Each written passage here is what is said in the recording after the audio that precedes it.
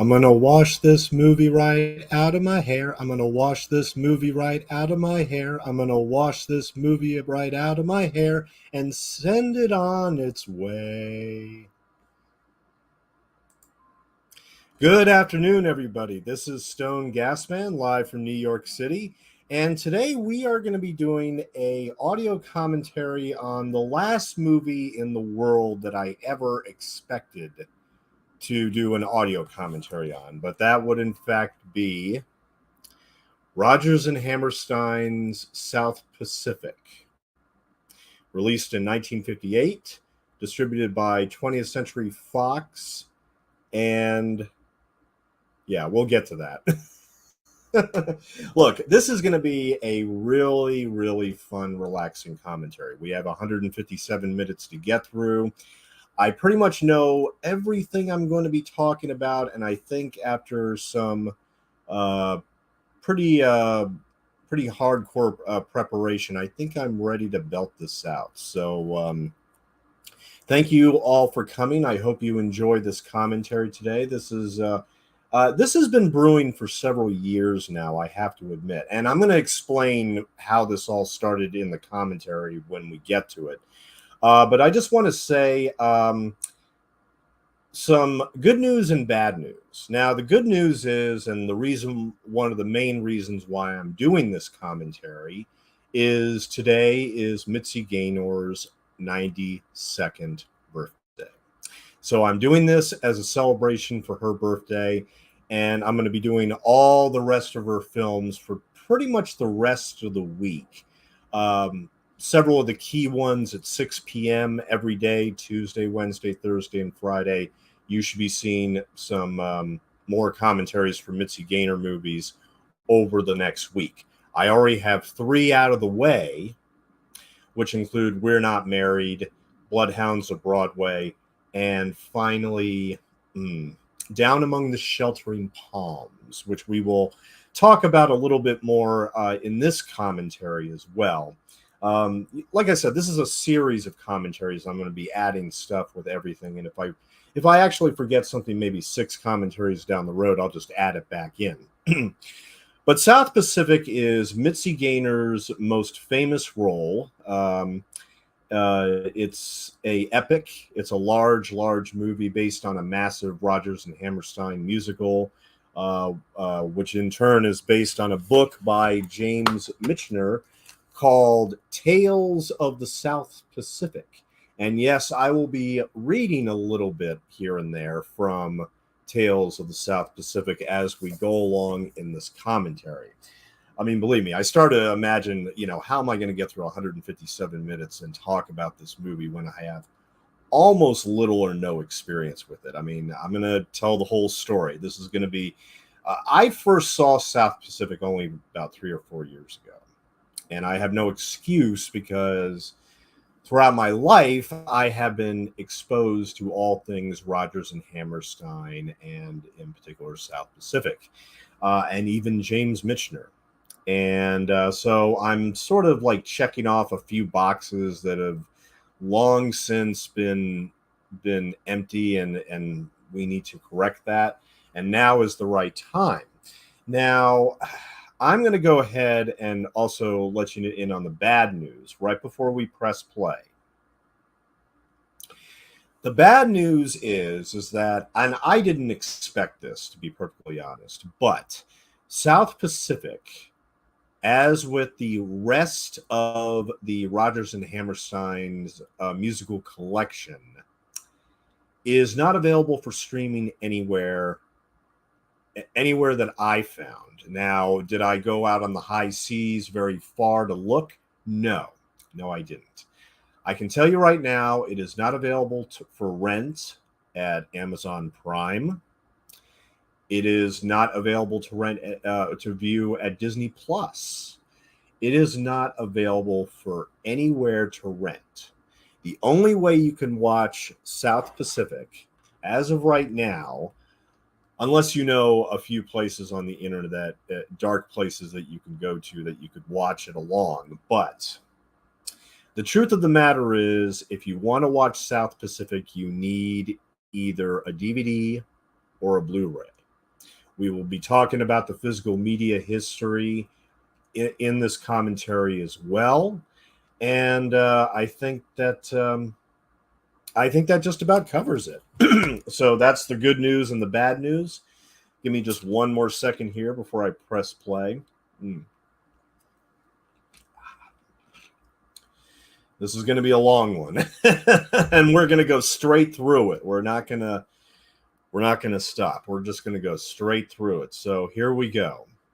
So, and I am watching the 157-minute theatrical version, which is actually disc 3 of this Blu-ray set.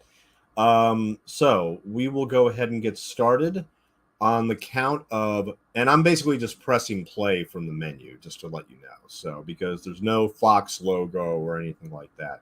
And we're going to go in with some instrumental music courtesy of Alfred Nuyen. So without further ado, on the count of 3, 2, 1, and play.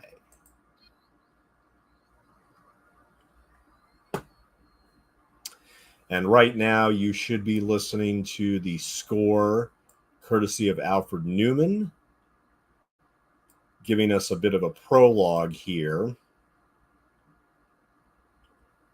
So yeah, South Pacific was a big, extravagant deal back in the 1950s. I was not there, of course, to be wrapped up in all of that. But even if I wasn't, the truth is that here again, I have no excuse for not seeing this musical until basically up until a few years ago. And so where do we begin when it comes to South Pacific? Because I mean, there's so much to get through here. So why don't we start with the book by James Michener? Now, James Michener actually served in the United States Navy. Although he mostly served a desk job, he wasn't really in any combat. He had a desk job in the South Pacific Islands as the United States was fighting the Japanese during World War II. I mean, after Pearl Harbor, 3 or 4 years later, we had a Pacific Fleet. And as one person on the documentary on the Blu-ray said, is that we were kind of playing Operation Hopscotch. And I'm just going to throw out right now that I did serve in the United States Navy for 8 years. And so some of that is going to be incorporated into this commentary just for maybe a little bit added context here and there. But James Michener, when he got out of the service, he wanted to write about his experiences serving in the Pacific Fleet with the Navy. And so he, a lot of the characters that he describes are people that he absolutely knew. And the book, it was published in 1947, became a massive phenomenon, and it ultimately won the Pulitzer Prize, which shocked, and I really do mean shocked, James Michener in every way you could imagine.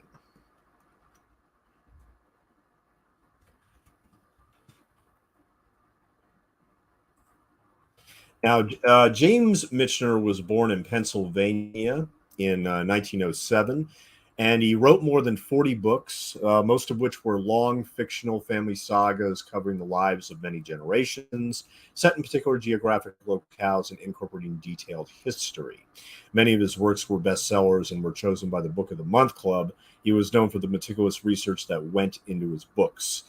And Tales of the South Pacific is, of course, the one that started it all.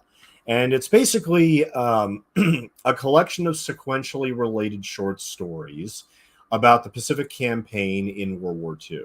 The stories are based on observations and anecdotes he collected while stationed as a lieutenant commander in the U.S. Navy at the Espiritu Santo Naval Base on the island of Espiritu Santo in the New Hebrides Islands, now known as Vanuatu.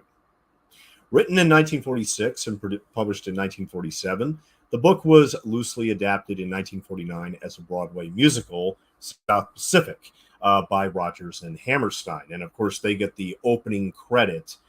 Yeah, there's no 20th Century Fox logo. I was actually very surprised, even though this Blu-ray and a lot of the physical media for this has been released by Fox. The truth of the matter is their logo is nowhere in sight. And the truth of the matter is that they were basically added for a general release. Now, there's actually probably many, maybe at least a dozen different versions of South Pacific. I mean, of the available versions, there's generally considered two of them. There's the Roadshow version, which is over 170 minutes. Yeah, I mean, it's a good 3 hours. Based on the tales of the South Pacific by James A. Michener, originally produced on the stage by Richard Rodgers, Oscar Hammerstein, and Joshua Logan, who not only directed the show, who not only directed the Broadway musical, but he also directed the film as well. Music supervised and conducted by Alfred Nuyen, associate Ken Darby, and there are the orchestration credits right there.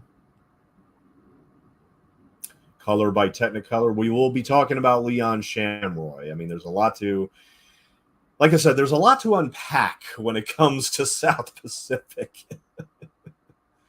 A lot to unpack indeed. Mm-hmm. So the stories take place in the environs of the Coral Sea and the Solomon Islands. Michener, as narrator, gives a first-person voice to several of the stories as an unnamed commander, performing duties similar to those he himself performed during World War II. The stories are interconnected by recurring characters and several loose plot lines. One plot line in particular is the preparation for the execution of a fictitious amphibious invasion. And the producers thank the Department of Defense, the Navy Department, the United States Pacific Fleet, and the Fleet Marine. Yes, this was very much made in conjunction and with full cooperation with not only the Department of Defense, but also the United States Navy. And I got some other things to add to that a little bit later. But before I continue about the book, which of course won the Pulitzer Prize, we're going to be introducing two key characters here. Which will both of whom will serve an important both of whom will become important characters in the story as it unfolds.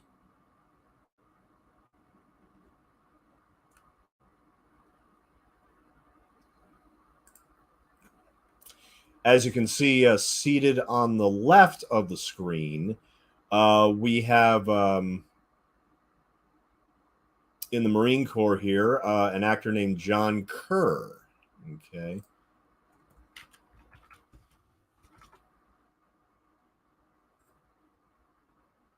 As Lieutenant Joseph Cable, United States Marine Corps, who was also a character in the short stories.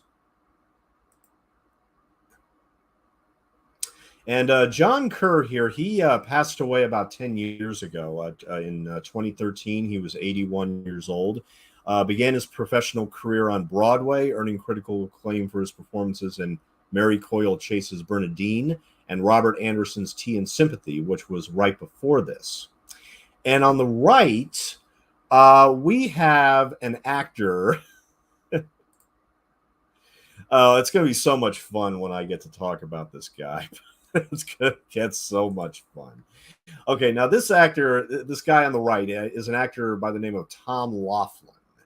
And he is best known for basically playing this character in the 60s and the 70s known as Billy Jack.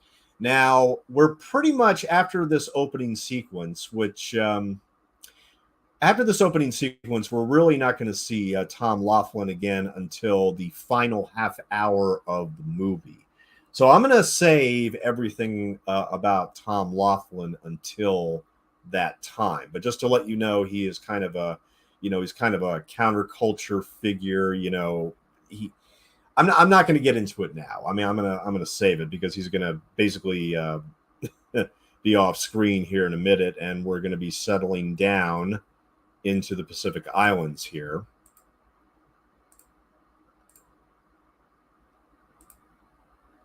But going back to the stories themselves by James Michener, they're interconnected by recurring characters and several loose plot lines. One plot line in particular is the preparation for and execution of a fictitious amphibious invasion codenamed Alligator. The focus of the stories is, however, the interactions between Americans and a variety of colonial, immigrant, and indigenous characters. The chronology of the stories begins with the building of an airfield on Norfolk Island before the Battle of the Coral Sea in 1942, and goes through the early 1944 invasion of one of Michener's fictional islands. Although the stories are primarily about the United States Navy, most of the action is shore-based, and none of the stories concern ships larger than a landing craft infantry. The highly successful musical play South Pacific, which opened on Broadway on April 7th, 1949, was based on the stories in the Tales of the South Pacific. In particular, the stories used were Fodala, about Bloody Mary, Liat, and Lieutenant Joe Cable, and Our Heroine, about Nellie Forbush and Emile Debec, characters from other stories such as Bill Harbison, Bus Adams, and Luther Billis play minor or supporting characters. Some of the characters from the stories were merged and simplified to serve the format of the musical. For example, the Coast Watcher in the musical is an American Marine, Lieutenant Cable, assisted by an expatriate French plantation owner, Emile Debec.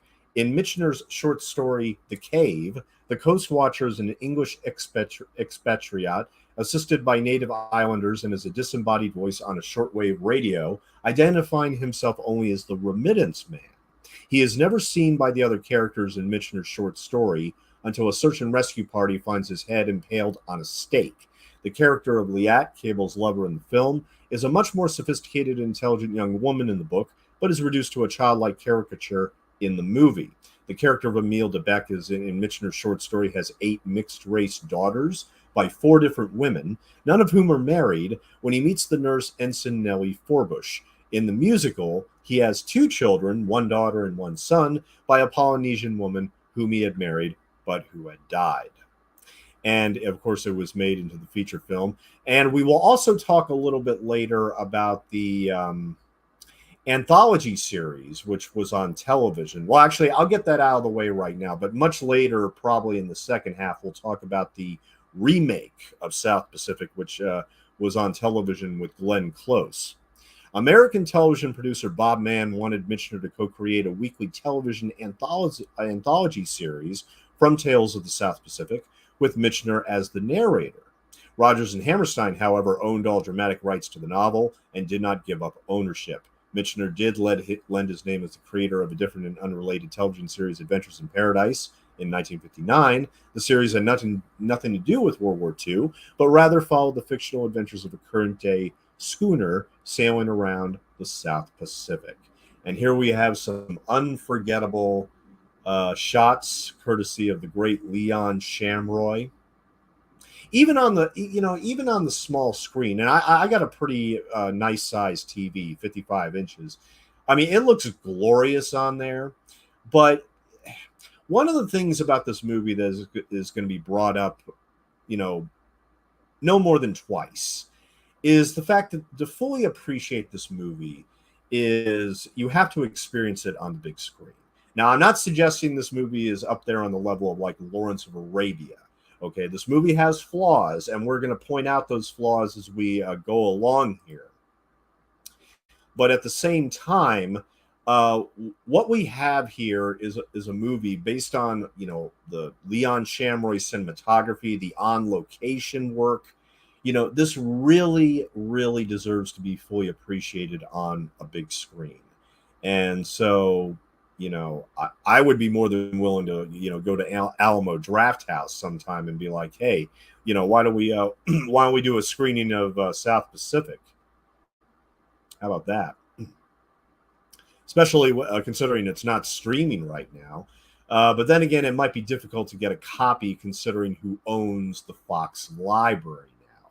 Although it's also questionable due to the fact that the Rodgers and Hammerstein rights are now owned by a completely different entity, and that might explain the lack of the fact that, I mean, South Pacific is just nowhere to be found when it comes to streaming on the internet. You cannot find it unless you take to the high seas and maybe finally find it in the South Pacific of all places. But yeah, but the truth of the matter is, it's amazing to me that this movie, which was the number one film of 1958, this was the biggest box office hit of the entire year in 1958, and it became a staple on on the stage and on television for 50 years. I mean, they did a resurgence of South Pacific on Broadway in 2008, which won a bunch of Tony Awards. I mean, you would think that this thing would be readily available anywhere and everywhere, but unfortunately, it's one of those rare cases where you can't find it. And whether it's due to rights, the music rights, or whether it's due to Disney not giving a damn about the Fox library, or whether it has to do with both, or maybe something else that we have no idea. It's just very odd to me. And like I said, the only way that you could truly watch it, I guess legally, is a DVD or a Blu-ray, which Fox put out in the 2000s. Actually, this Blu-ray came out probably in, I think, 2014. It's one of the last times they actually issued it, because they found the Roadshow version and they restored it, and then they ended up putting it on the Blu-ray. Oh, by the way, this voice actor that you heard just right there with the stew pot on his shirt, apparently he's a pretty big voice actor who later did Tony the Tiger for the Frosted Flakes commercials. So, you know, I need to do a shout out to the younger generations who probably maybe have never even heard of South Pacific, and that's why I knew that this commentary was going to be an interesting test, in that who cares about South Pacific now? And I don't mean that in a derogatory or negative way.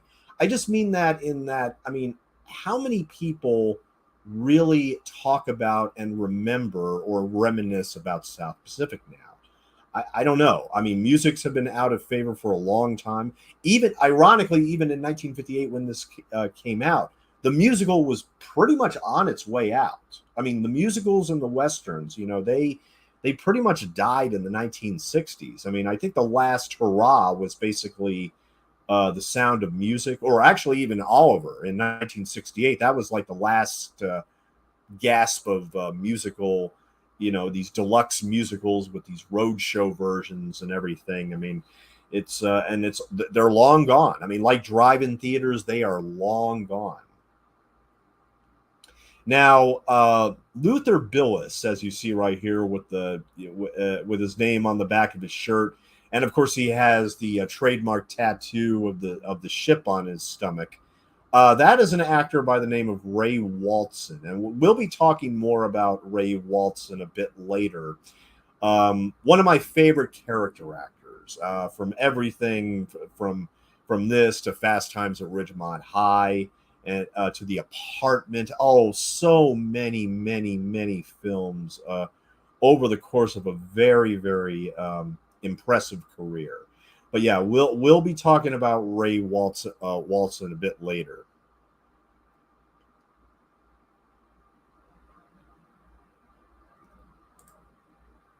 Now, as far as the South Pacific musical is concerned, because okay, first we had the book, came out in 1947. It got the Pulitzer Prize. Rodgers and Hammerstein, they loved the book. They want to adapt it, and actually, from the documentary that was on the Blu-ray, evidently Oscar Hammerstein's son served in the military during World War II, and thus they were kind of playing with the idea of doing with a musical set in the Pacific Islands. And then, of course, when South Pacific came out and it became this, overnight success, won the Pulitzer Prize, they were like, well, oh, perfect, absolutely perfect. Now, just real quick before I talk about the musical a little bit more, this character right here, Bloody Mary, uh,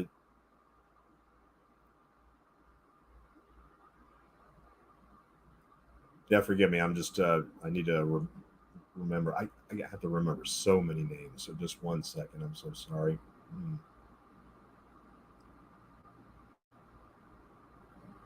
Yeah, Bloody Mary, the Tonkinese woman, uh, is played by an actress named Juanita Hall, and she is actually the only one to transfer from the stage to the screen. Now, originally, this movie was supposed to have the original stars of South Pacific the Musical when it came out, but unfortunately, some unfortunate things happened. Um, so,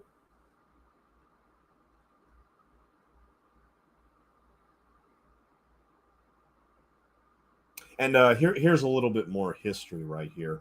Although book editor and university instructor James Michener could have avoided military service in World War II as a birthright Quaker, he enlisted in the U.S. Navy in October of 1942. He was not sent to the South Pacific Theater until April of 44, when he was assigned to write a history of the Navy in the Pacific and was allowed to travel widely. He survived a plane crash in New Caledonia. The near death experience motivated him to write fiction, and he began listening to the stories told by soldiers. One journey took him to the Treasury Islands, where he discovered an unpleasant village called Balia, populated by, quote, scrawny residents and only one pig. Struck by the name, Michener wrote it down and soon began to record on a battered typewriter his version of the tales. On a plantation on the island of Espiritu Santo, he met a woman named Bloody Mary. She was small, almost toothless, her face stained with red Betelgeuse. Punctuated with profanity learned from GIs, she complained endlessly to Michener about the French colonial government, which refused to allow her and other Tonkinese to return to their native Vietnam, lest the plantations be depopulated. She told him also of her plans to oppose colonialism in French Indochina. These stories, collected into Tales of the South Pacific, won Michener the Pulitzer Prize. And just to let you know, I'm gonna point out a perfect example of that. Oh, but yeah, here is hmm.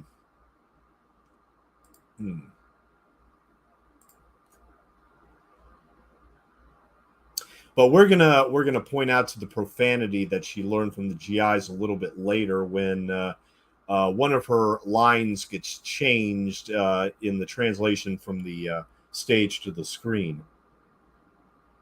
Yep, Bally High, right there. I am your special island. Okay.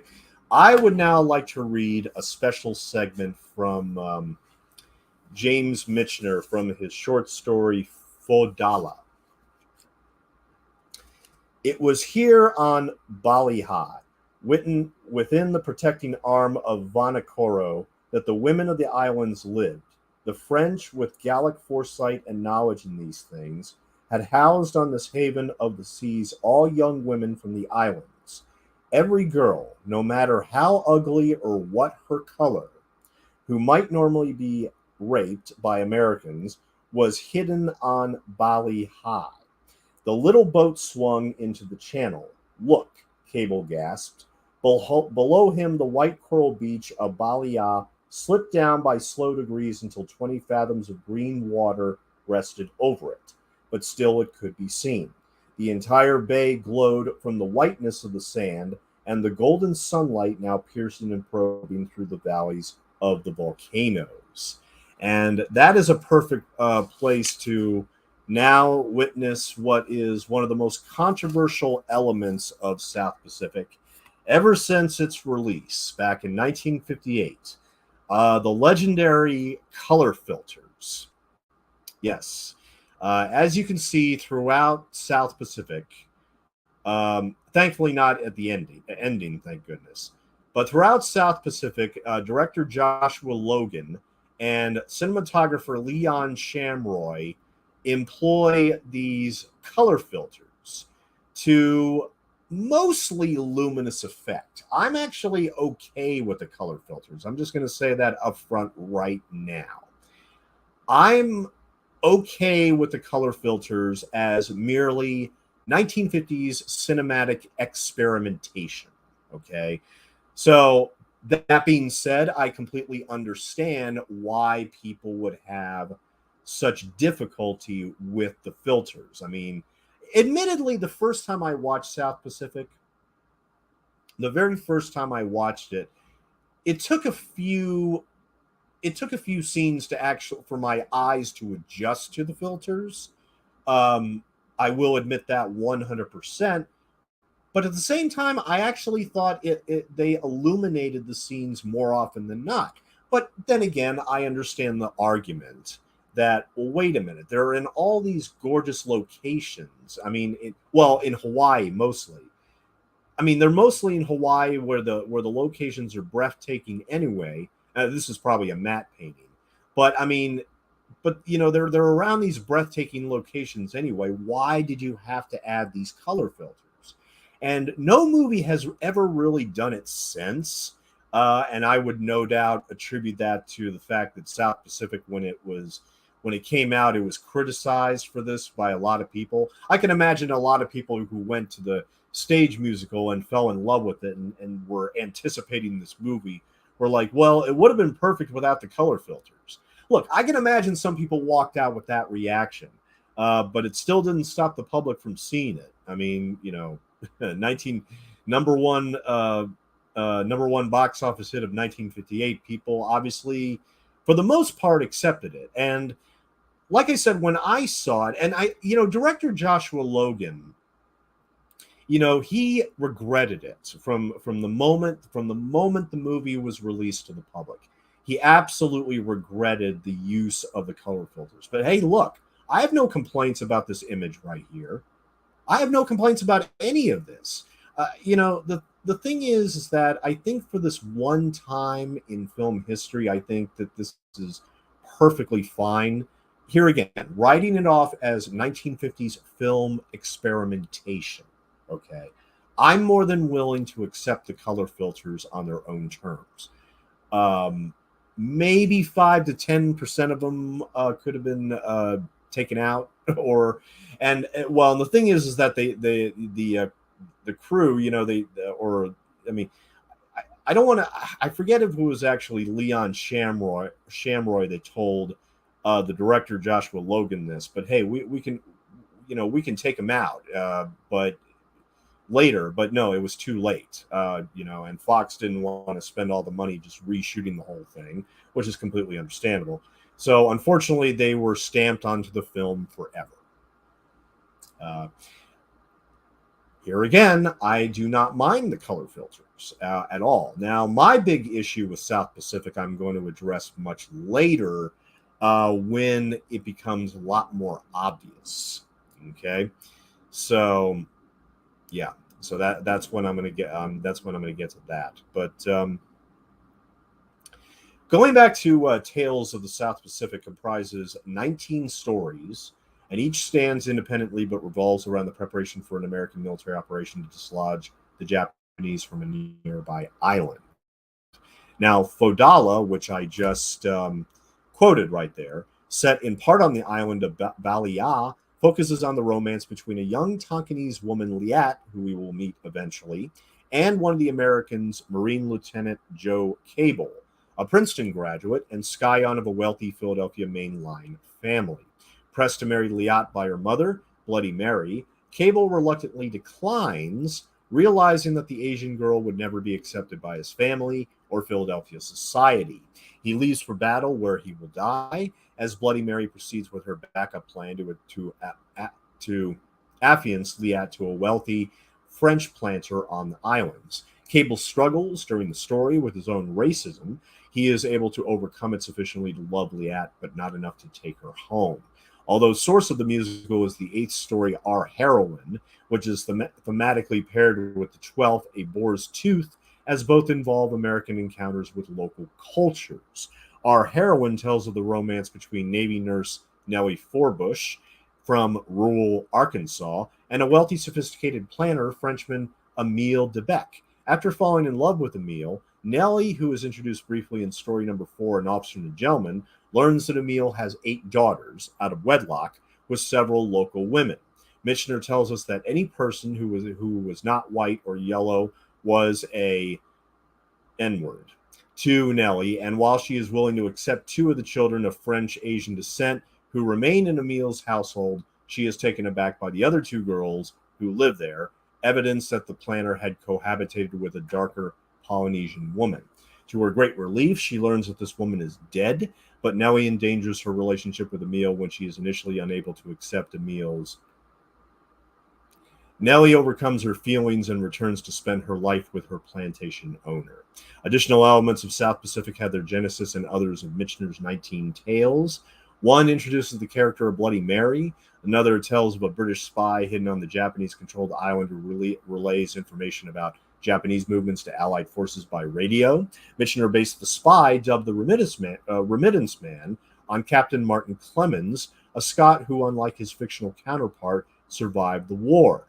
The stories also tell the seemingly endless waiting that precedes battle and the efforts of the Americans to repel boredom, which would inspire the song There Is Nothing Like a Dame. Several of the stories involve CB Luther Billis, who in the musical would be used for both comic relief and to tie together episodes involving otherwise unconnected characters. A 2001 article in Islands magazine states that Michener renamed Aoba Island Bala High. The author interviewed the proprietor of a resort on Espiritu Santo, who claimed that Emile was modeled on his father and that the real Bloody Mary lived on Espiritu Santo for many years after the war and lived to the age of 102 years old. Mm-hmm. In the early 1940s, composer Richard Rodgers and lyricist Oscar Hammerstein II, each a longtime Broadway veteran, joined forces and began their collaboration by writing 2 musicals that became massive hits, Oklahoma and Carousel. An innovation for its time in integrating song, dialogue, and dance, Oklahoma would serve as a model for Broadway shows for decades. And in 1999, Time magazine named Carousel the best musical of the century, writing that Rodgers and Hammerstein set the standards for the 20th century musical. Their next effort, Allegro, was a comparative disappointment, running for less than a year, although it turned out a small profit. After this, the 2 were determined to achieve another hit. According to director Joshua Logan, a friend of both theater men, he and Leland Hayward mentioned Michener's best-selling book to Rodgers as a possible basis for the duo's next play, but the composer took no action. Logan recalled that he then pointed it out to Hammerstein, who read Michener's book and spoke to Rodgers. The 2 agreed to do the project so long as they had majority control, to which Hayward grudgingly agreed. Michener, in his 1992 memoirs, however, wrote that the stories were first pitched as a movie concept to MGM by Kenneth McKenna, head of the studio's literary department. McKenna's half-brother was Joe Melziner, who had designed the sets for Carousel and Allegro. Michener states that Melziner learned of the work from McKenna and brought it to the attention of Hammerstein and Rodgers, pledging to create the sets if they took on the project. Hayward attempted to buy the rights from Michener outright, offering $500. Michener declined. Although playwright Lynn Riggs had received 1.5% of the box office grosses for the right to adapt Green Grow the Lilacs into Oklahoma, Michener never regretted accepting 1% of the gross receipts from South Pacific. As Rodgers and Hammerstein began their work on the adaptation, Michener worked mostly with the lyricist, but Rodgers was concerned about the implications of the setting, fearing that he would have to include ukuleles and guitars, which he disliked. Michener assured him that the only instrument he had ever heard the natives play was an emptied barrel of gasoline drummed upon with clubs. And now we're coming up upon the 29-minute mark, the 29-minute mark of South Pacific. And here we have Nellie Forbush, played by Mitzi Gaynor, who is, just turned 92 years today. And this is my commentary series is basically a birthday tribute to her for basically the entire week. And I'm going to be doing South Pacific today, in honor of her birthday. So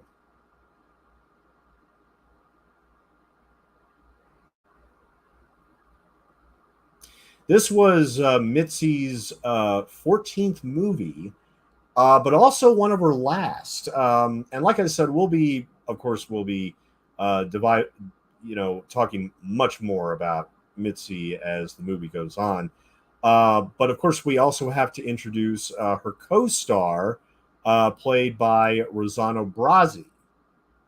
Now, Rosanna Brazzi and Mitzi Gaynor were not, of course, on the original stage when the musical premiered in 1949. And we will talk about why they were replaced pretty much here in a minute. Soon after their purchase of the rights, Rodgers and Hammerstein decided not to include a ballet, as in their earlier works, feeling that the realism of the setting would not support one. Concerned that an adaptation too focused on Fodala, the story of the encounter between Cable and Liat, would be too similar to Madame Butterfly, Hammerstein spent months studying the other stories and focused his attention on our heroine, the tale of the romance between Nellie and Emile. The team decided to include both romances in the musical play. It was conventional at the time that if one love story in a musical was serious, the other would be more comedic. But in this case, both were serious and focused on racial prejudice. They decided to increase the role played by Luther Billis in the stories, merging experiences and elements of several other characters into him. Billis's wheeling and dealing would provide the comic relief. They also shortened the title to South Pacific. Rodgers related that the producers tired of people making risque puns on the word tails. In early drafts of the musical, Hammerstein, gave significant parts to two characters who eventually came to have only minor roles: Bill Harbison and Diana Colbert. Harbison is one of the major characters in Tales of the South Pacific. A model officer at the start, he gradually degenerates to the point where, with battle imminent, he requests his influential father-in-law to procure for him a transfer to a post in the United States. Hammerstein conceived of him as a rival to Emile for Nellie's affections and gave him a song, The Bright Young Executive of Today. As redrafts focused the play on the two couples, Harbison became less essential, and he was relegated to a small role as the executive officer to the commander of the island, Captain Brackett. And we just met them earlier on the beach, but we will see them a bit later. Dinah, a nurse and a friend of Nellie, is also a major character in Michener's work and was seen as a possible love interest for Billis, though any actual romance was limited by Navy regulations forbidding fraternization between officers. All American nurses in World War II were commissioned officers and enlisted men. I'm Gonna Wash That Man Right Out of My Hair originated as a duet for Dinah and Nellie, with Dinah beginning the song and developing its theme. According to Lovensheimer, Nellie's and Dinah's friendship became increasingly incidental to the plot as the writing continued. Hammerstein eventually realized the decision to wash Emile out of her hair had to be Nellie's. Only then did the scene have the dramatic potential for Nellie's emotional transition as she realizes her love for Emile. In the final version, Dinah retains one solo line in the song. Now, we will hear I'm Gonna Wash That Man Right Out of My Hair a little, not long after this scene. I mean, first we have to listen to Some Enchanted Evening. Ah, yes, one of the most famous songs in all musical theater. And now, going back real quick to, the filters and everything. Look, you have this gorgeous backdrop. You have this gorgeous backdrop in Hawaii. And it's like, why add the filters when you would just want when you would think you would just want the audience to enjoy the backdrops while also enjoying the acting by the performances? So that, I mean, that's what I'm saying. Even without the filters, I think the movie would have been fine. I don't think that the color filters do anything thematically for the story. I mean, maybe in certain incidences you could draw one or two here and there, but see here, and now here's a yellow filter, which looks like the sun is now almost baking them alive. I mean, see, that's the thing. Like, some of the filters, like it makes the actors look almost sunburned in certain shots. I mean, here again, I mean, if you find it distracting, I completely understand. I didn't find it distracting. Here again, writing it off as 1950s cinematic experimentation. But Mitzi Gaynor looking gorgeous as ever in this movie, and like I said, I mean, she had worked at Fox from like 1950 to 1954, and had made 9 films with Fox. And even though this was, I mean, even though Fox had some distribution rights, and even though some people that worked at Fox came over to work on the production, the truth of the matter is this is more of a Todd A.O. type of thing. Rodgers and Hammerstein actually owned South Pacific outright. And Fox was just basically certain rights like worldwide rights and physical media rights and that kind of thing, and helped out with the distribution. But, I do consider this a Fox product, at least in terms of the Blu-ray. So I'm going to go ahead and count it as Mitzi Gaynor's 10th Fox movie. And on the documentary, there is a 94-minute documentary on the Blu-ray where she had nothing but the fondest memories. And I do believe every word she says, that she was, having the time of her life. She was having so much fun. But of course, what's striking about this particular performance by Mitzi is that she's really pushed to do some real, genuine, dramatic acting, which she had previously not really been able to do, depending upon the film, whether it's, just being the daughter of a Broadway family, or being, a cowgirl out in the Old West, or that kind of thing. She was never really given a chance. I mean, the last time I can think of, the last film that she did at Fox, which allowed her to do at least a few things, was Golden Girl, to be perfectly honest, because a lot of her films, even some of the ones that she starred in, she's never really given real dramatic meat or meat to eat or juice to drink. It's basically, okay, she's going to do some dancing, great singing, dazzling smile. But here again, actually playing a complicated character who has a massive dilemma. She has these, she's from Little Rock, Arkansas, and she has these prejudices, and she has to confront those prejudices when she finds out the man she loves has Polynesian children. And so she plays a very complicated character, and I think that she probably gives her easily her best performance on film.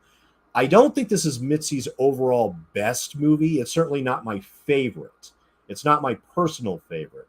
But as far as performance, I would say, yeah, I think this is probably Mitzi's best work on film in terms of sheer performance, because she does everything in this movie. She, she dances, she sings, she cries, she, owns the screen so many times throughout this movie. Now, and not to take anything away from Rosanna Brazzi either, because he is certainly a commanding fixture as well. Although he has the much more challenging role, and more so, unfortunately, he was very frustrated a lot of the time because he wasn't allowed to do his own singing. And in fact, he is dubbed, as is most of the other cast members in this movie are dubbed. And that gets to my number one issue with South Pacific. Excuse me 1 second.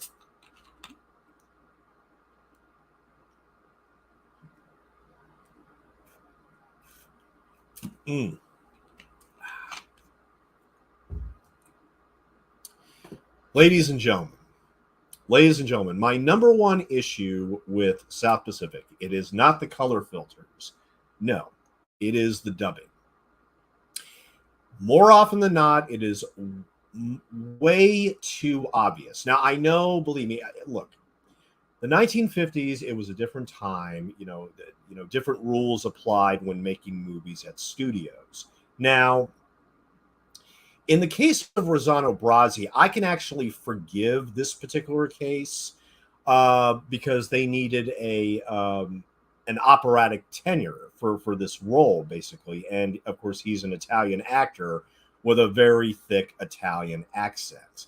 And I mean, like I said, I think his performance is actually very, very good in this. And, Brazzi, of course, he would, have a flourishing career after this that lasted, well over 20 years.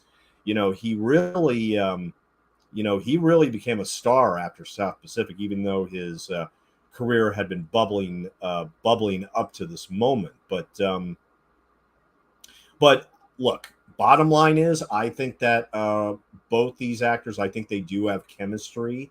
I think they act well together. I think they generally like each other, and I think that there is a definite connection, which makes them a very lovable couple in cinema history. You root for them. You want them to be together despite everything that they're feeling, and all, and war being imminent and the prejudices being apparent.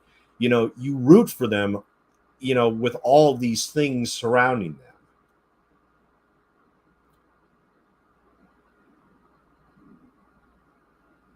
And of course, he has to start revealing his past, why he had to leave France and everything, getting, all the secrets off off their chests and onto the tables, and, all that stuff. I mean, like I said, there's a lot of complicated emotions brewing under the surface. And that's why, when I finally came to South Pacific, after not intentionally avoiding it my whole life, but rather just, knowing it was always there. And yet I was never all that interested in watching it, even though I grew up in, with musical surroundings. And, my parents loved musicals. My grandparents had every James Michener book on their shelves. Literally every single one of them. Now, granted, my grandfather, he actually had a desk job during World War II, and he actually later served. He worked with Dwight D. Eisenhower before he became president in the 1950s, and he and his wife Eleanor, who he affectionately called Nellie. I'm almost wondering if he named her, started naming her Nellie after this movie. I wonder that. I tell you the truth, it kind of hit me now. I wonder if that actually would be the case. But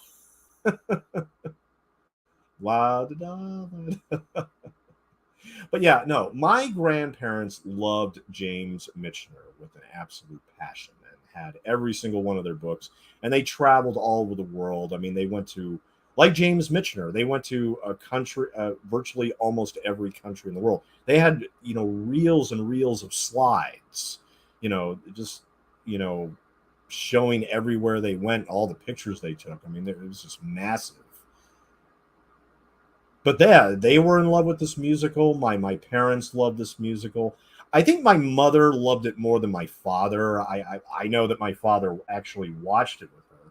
But look, we had over 2,000 movies, at least 600-700 videotapes, right? Of all those movies, there might have been less than 10 that I never watched. South Pacific is one of them. I don't have an excuse for that as well. I saw Carousel. I saw State Fair. I saw Oklahoma. I saw The King and I. And of course, I saw The Sound of Music. And The Sound of Music didn't exactly end up being my favorite, but at the same time, I ended up watching Sound of Music more than all the other ones. Maybe I saw King and I and Carousel 2 times each or something like that. But look, I grew up, doing musicals. I did Bye Bye Birdie on the stage. I did Christmas Carol on the stage, and, Oliver, based on Oliver Twist. I did my fair share of musicals, and I enjoy my fair share of musicals. The Pajama Game, that was another big musical of the 1950s that I also did on the stage, I'm more than comfortable watching musicals. Some people cannot stand them, and, of course you could, go ahead and lob whatever complaints you have at a movie like this. Was like, Well, like everybody standing around would not just, watch the people just act as if they were on a theatrical stage. True. People just don't break out in song. And this is all obvious. But, at the same time, look, I mean, there's a lot of reasons why people are repelled by musicals. It's, I mean, look, and musicals have been trying to make a comeback. I mean, look, I love Moulin Rouge. I love Chicago. Even, movies that you can say are not great musicals, but, they're notable failures are like, The Great American Showman or Nine or something like that. I mean, but musicals have been trying for years. And it makes me want to bring up a controversial question because going back to the idea of how many people really know and talk about and still love South Pacific to this day. I mean, is it really well known among 20th century audiences? Is it really? I mean, because I know there was the new musical version, which won a bunch of Tonys in I think 2008 or whatever. But how many, like, seriously, like Zoomers, do they watch South Pacific? Do millennials watch South Pacific? Or do they, or I mean, or they just are interested in other musicals that are more familiar to them, like Wicked or something like that? I don't know. I have no idea. Um, my controversial proposition is why not remake South Pacific? It would bring attention to the source material again. Something like Spielberg did with West Side Story. But then again, West Side Story failed. Into the Heights failed. And that's what I'm saying is that maybe, and here again, the lack of access to these Rodgers and Hammerstein musicals, of course, I think fuels into that. I mean, because how many people out there still have old DVDs and Blu-rays of South Pacific? I mean, and to be fair, there's still a lot of copies of this available on eBay. There's still plenty of copies out there which you can get for reasonable prices. But I mean, not trying to give Disney any ideas. I'm really not trying to give Disney any ideas, but it just seems like South Pacific is, that it could really benefit from being remade. Maybe only once. But of course, it was remade. It was remade with Glenn Close for television, and I never saw that version. They ended up taking some songs out because they didn't like some of the lyrics with them, I guess. And, they made some changes to it, which I'm sure didn't necessarily enthrall fans of the 1958 movie. But, my whole thing is that if you want to bring attention back to the original, why not do a remake? It will come out of nowhere. People won't be expecting it. I'd rather have a remake of South Pacific than something like The King and I or The Sound of Music, of course. But I think South Pacific could work. Nowadays. I mean, it really depends on the cast, and it really depends, and they could incorporate elements that are in the short stories that they weren't able to do in 1958. I mean, they could make it a bit more spicier, make it a bit more sexier, not going so far as like anything, just like maybe a new, PG-13 version of the musical that respects everything that Rodgers and Hammerstein and Michener wrote, while at the same time adding a few modern elements to make it appeal to a contemporary audience.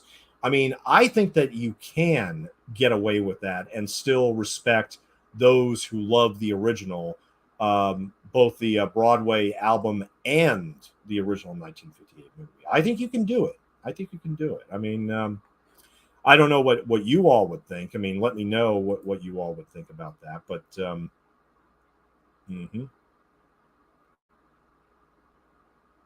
Now, Joshua Logan, in his memoirs, stated that after months of effort in the first half of 1948, Hammerstein had written only the first scene, an outline, and some lyrics. Hammerstein was having trouble due to lack of knowledge of the military, a matter with which Logan, a veteran of the armed forces, was able to help. The dialogue was written in consultation between the two of them, and eventually Logan asked to be credited for his work, which of course he got. Rodgers and Hammerstein decided that while Logan would receive co-writing credit on the book, he would receive no author's royalties. Logan stated that a contract putting these changes into force was sent over to his lawyer with restrictions that unless it was signed within 2 hours, Logan need not show up for rehearsals as director.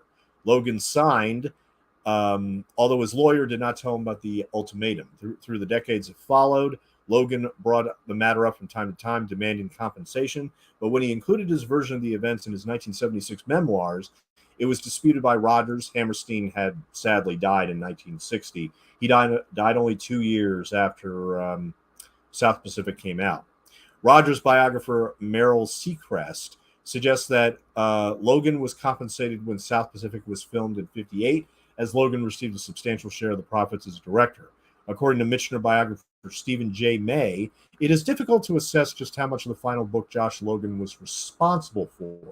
Some estimates say 30 to 40%, but that percentage is not as critical perhaps as his knowledge of military lore and directing for the theater, without which the creation of South Pacific would have collapsed during that summer of 1948. Rodgers composed the music once he received the lyrics from Hammerstein. I got to stop doing that. A number of stories are told of the speed with which he wrote the music for South Pacific's numbers. Happy Talk was said to have been composed in about 20 minutes. When Hammerstein, who had sent the lyrics by messenger, called to check whether Rodgers had received them, his partner informed him that he had both lyrics and music. Legend has it composed Bali High in 10 minutes over coffee in Logan's apartment. What he did create in that time frame was the 3-note motif, which begins both song and musical. Hammerstein's lyrics for Bali High were inspired by the stage backdrop which designer Joe Melziner had painted. Feeling that the island of Bali High did not appear mysterious enough, Melziner painted some mist near the summit of its volcano.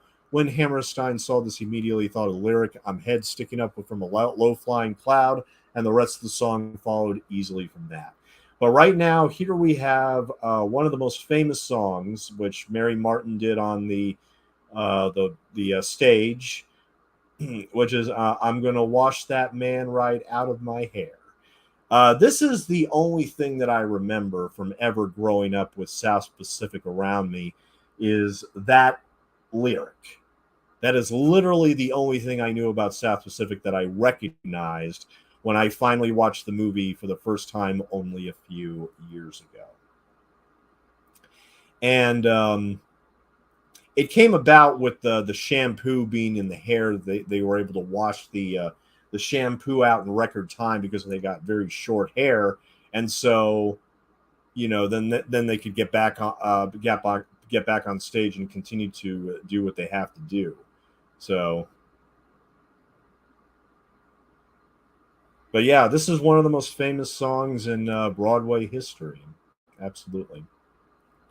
And Mitzi just nails it. She's just so wonderful in this movie. And they're about to do a reprise of Some Enchanted Evening here in a bit.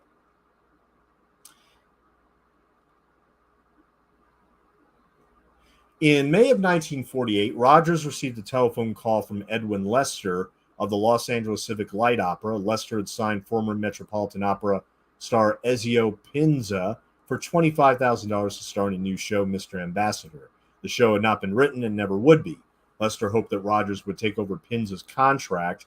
Pinza had become bored as the Mets' leading lyric bass, and having played the great opera houses, sought other worlds to conquer. Rodgers immediately saw Pinza as perfect for the role of Emile. Lester carefully broached the subject to Pinza and his wife, business manager, and provided them with a copy of Tales of the South Pacific. When Pinza read the book, he told Lester, "Sell me right away." Pinza's contract for South Pacific included a clause limiting his singing to 15 minutes per performance.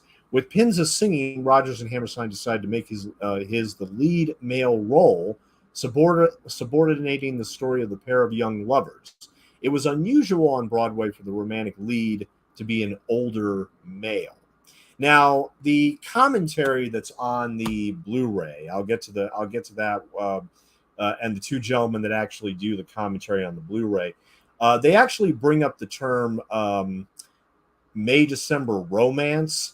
And the truth of the matter is, and this is where, unfortunately, Ezio Pinza comes in, because the Rodgers and Hammerstein and Joshua Logan, of course, all assumed, and naturally, I think the world assumed that, well, of course, we know who's going to play uh, Nellie and Emil, and they're going to be Ezio Pinza and Mary Martin.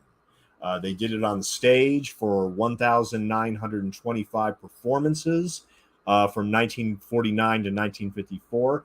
Of course, they are the obvious choices to be in the South Pacific movie. The problem is they had aged considerably by that time.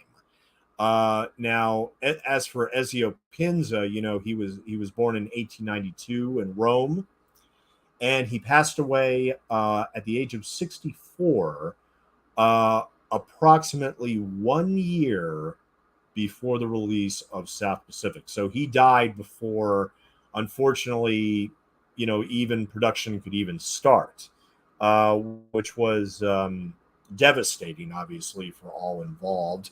But here again, he was 64 at the time of his death, and Mary Martin, despite being one of the queens of Broadway at that time, I mean, very, very famous, very beloved, she was in her mid-40s. So, yeah. So even if Ezio Pinza had lived, I mean, of course, they were actually gonna be the stars of the movie. It still would have been noticeable that they were aging in these roles. Okay, I'm just putting that out there. I kind of wish I had experienced the musical version in 1949 or the early 50s, but unfortunately I didn't, so I don't have that perspective. But they would have been a little too old for these particular roles.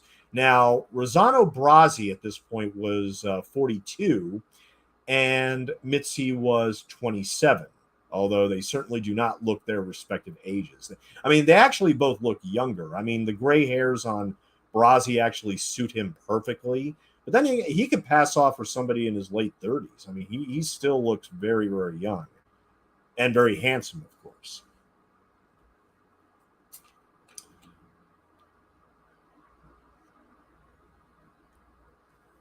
Hmm. Excuse me.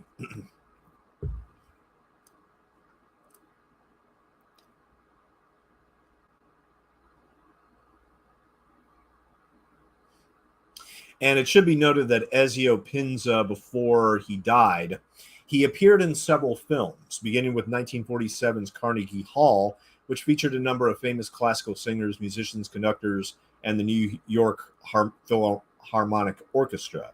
He received a film contract from MGM and appeared in Mr. Imperium with Lana Turner and Strictly Dishonorable, both released in 1951. MGM canceled his contract after both films turned out to be major box office failures. His final big screen appearance was in the 20th Century Fox film Tonight We Sing in 1953, playing the famous Russian bass Fyodor Chalyapin in a movie biography of impresario Saul Hurok. In this film, Pinza sings a portion of Mussorgsky's Boris Godunov in the original Russian. A recording of Pinza singing Anemia e Cor is heard in the 1980 film The Blues Brothers, playing on a phonograph in the scene where Jake and Elwood visit landlady Mrs. Tarantino. Pinza hosted the RCA Victor Show during 1951 to 52, which for a time alternated with RCA Victor Show starring Dennis Day, later named The Dennis Day Show. In 1953, he starred in the NBC sitcom Bonino, and Pinza continued to make appearances on American television until 1955. He was still making operatic recordings in the 1950s, although his voice was now in obvious decline. In the mid-40s, he had recorded for Columbia Records. He occasionally recorded popular songs and was featured on Columbia's best-selling original cast recording of South Pacific with Mary Martin. Pinza returned to RCA Victor in the early 50s and recorded several operatic arias and popular songs. Pinza can also be heard on the RCA Victor original cast album of Fanny, recorded in 1954. And Fanny would, of course, have its own movie version directed by Joshua Logan after South Pacific, but we'll get to that a bit later.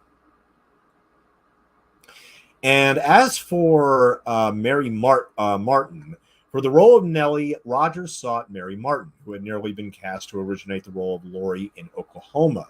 Martin was playing the title role in the touring company of Annie Get Your Gun.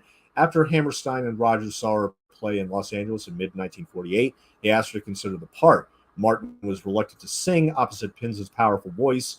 Rodgers assured her he would see it to the two never sang at the same time, a promise he mostly kept. Rodgers and Martin lived near each other in Connecticut, and after her tour, Rodgers invited Martin and her husband to his home to hear the 3 songs for the musical that he had completed, but none of them for Nellie.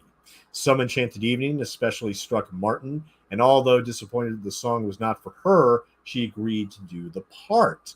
Although Nellie and Emil were already fully developed characters in Michener's stories, during the creation of South Pacific, Rodgers, Hammerstein, and Logan began to adapt the roles specifically to the talents of Martin and Pinza and to tailor the music for their voices. Martin influenced several of her songs. While showering one day during rehearsals, she came up with the idea for a scene in which she would shampoo her hair on stage. This gave rise to I'm Going to Wash That Man Right Out of My Hair. Built around a primitive shower that Logan remembered for his time in the military, the song became the most talked about in South Pacific. To introduce another of Martin's numbers to her, Rodgers called her lover to his apartment, wherein he and Hammerstein played I'm in Love with a Wonderful Guy, which is what Mitzi Gaynor is singing on screen right now. When Martin essayed it for herself, she sang the final 26 words as intended with a single breath and fell off her piano bench. Rodgers gazed down at her. That's exactly what I want. Never do it differently. We must feel you couldn't squeeze out another sound. The producers held extensive auditions to fill the other roles. Myron McCormick was cast as Billis. According to Logan, no one else was seriously considered. The 2 roles which gave the most trouble were those of Cable and Bloody Mary. They tried to get Harold Keel for the role of Cable. He had played Curly in the West End production of Oklahoma, only to find that he had signed a contract with MGM under the name Howard Keel. William Tabbert was eventually cast as Cable, though Logan instructed him to lose 20 pounds. African-American singer Juanita Hall was cast as Bloody Mary, and not only was she the only one to transfer from the stage, the only cast member to transfer from the stage, but she's evidently, according to the documentary on the Blu-ray, the very first African-American singer to win a Tony Award for South Pacific. Bella St. John, who under the name Betty Strigler had replaced Bambi Lynn as Louise in Carousel, took the role of Liat. Logan directed. He and Hayward co-produced with Rodgers and Hammerstein. Melziner did the stage design. Trude Rittman and Robert Russell Bennett prepared the orchestration. They're given credit at the beginning of the movie. And Elizabeth Montgomery of Motley Theater Design Group was designing the costumes. Not the same Elizabeth Montgomery who was later on Bewitched, just to throw that out there. Rehearsals began at the Broadway's Belasco Theater on February 2nd, 1949. And there were no major difficulties during the 4 weeks of rehearsal in New York. Martin later remembered that the gypsy run-through for friends and professional associates on a bare stage was met with some of the most enthusiastic applause she could remember. One of the few people having trouble was Pinza, who had difficulty adjusting to the constant alterations in the show he was used to in the operatic world, where a role rarely changed once learned. Pinza's mispronunciations of English exasperated Logan, and driving to New Haven, Connecticut for the first week of previews, Pinza discussed with his wife the possibility of a return to the Met, where he knew audiences would welcome him. She told him to let South Pacific's attendees decide for themselves. When the tryouts began in New Haven on March 7th, the play was an immediate hit, and the New Haven Register wrote, "South Pacific should make history." Nevertheless, a number of changes were made in New Haven and in the subsequent 2 weeks of previews in Boston. The show was running long. Logan persuaded his friend, playwright Emlyn Williams, to go over the script and cut extraneous dialogue. There were wide expectations of a hit. Producer Mike Todd came backstage and advised that the show not be taken to New York because it's too damn good for them. The show moved to Boston, where it was so successful that playwright George S. Kaufman joked that people lining up there at the Schubert Theater don't actually want anything. They just want to push money under the doors. It opened on Broadway on April 7th, 1949 at the Majestic Theater. The advance sale was $400,000, and an additional $700,000 in sales was made soon after the opening. The first night audience was packed with important Broadway, business, and arts leaders. The audience repeatedly stopped the show with extended applause, which was sustained at length at the final curtain. Rodgers and Hammerstein had preferred in the past not to sponsor an after-party, but they rented the St. Regis Hotel's roof and ordered 200 copies of the New York Times in the anticipation of a hit. Times critic Brooks Atkinson gave the show a rave review. 3 days after the opening, Pinzo signed a contract with MGM to star in films once his obligation to appear in the show expired. A national tour began in Cleveland, Ohio in April of 1950, and it ran for 5 years and starred Richard Eastham as Emile, Janet Blair as Nellie, and Ray Walston as Billis, a role Walston would reprise in London and in the film. For the 48,000 tickets available in Cleveland, 250,000 requests were submitted, causing the box office to close for 3 weeks to process them. Martin left the Broadway production in 1951 to appear in the original London West End production. Martha Wright replaced her.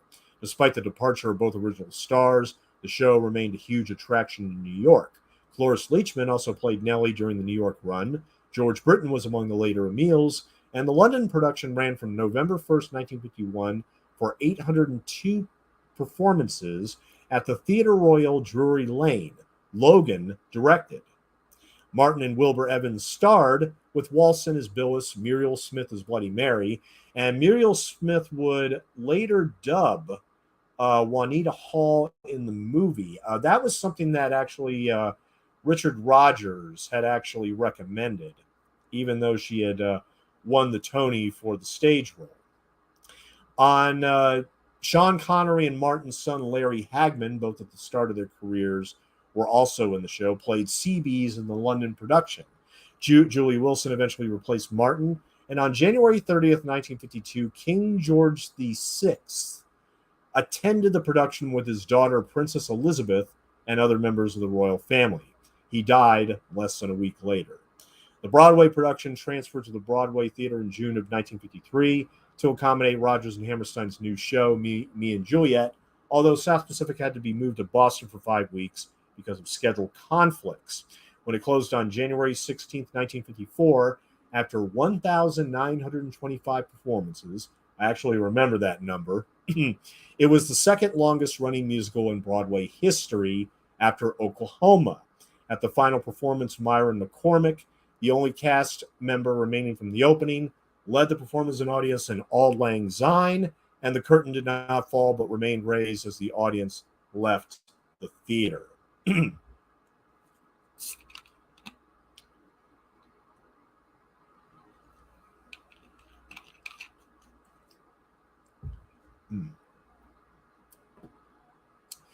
Now,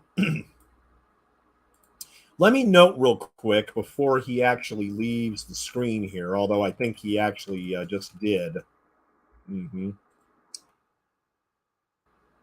Yeah, the character of Commander Bill Harbison, he was played by an actor named Floyd Simmons, who was an American athlete who competed mainly in the Olympics decathlon in 1948 and 1952, winning bronze at both. He was born in Charlotte, North Carolina. During World War II, he served with the 10th Mountain Division, which he personally requested to be a part of, and he was wounded in Italy. He received a Purple Heart Merit Award for his actions with the division. He competed for the United States in the 1948 Summer Olympics, held in London, England, in the decathlon, where he won the bronze medal, and he repeated this feat 4 years later in the 1952 Summer Olympics, held in Helsinki, Finland, where he again won the bronze medal. And he continued to compete in masters athletics into his 80s. He died in Charlotte, North Carolina in 2008. Now, Look very carefully at the screen right here on the left when these two girls turn around and look at a woman with uh, blondish hair. Now it's already gone. Okay, this happens at the 1 hour, 6 minute, and 26 second mark. If you were to go back, but supposedly Joan Fontaine is in this movie. Yeah, that Joan Fontaine. Now the story goes, and I'm not 100% convinced it is Joan Fontaine. Now they mentioned it on the commentary. It's a rumor.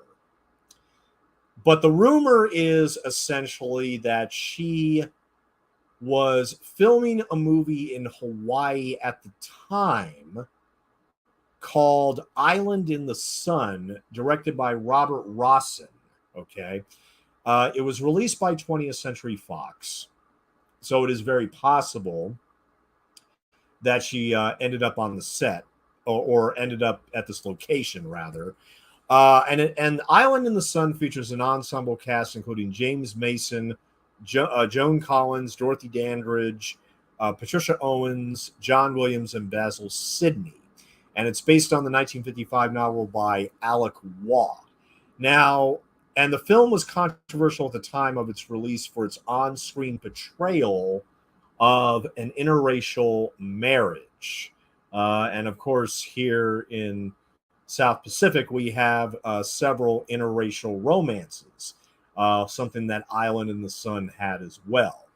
So the idea is that Joan Fontaine was shooting the movie in Hawaii, and she decided as a joke to appear appear as one of the French women when Ray Walston and John Kerr pull up in the boat.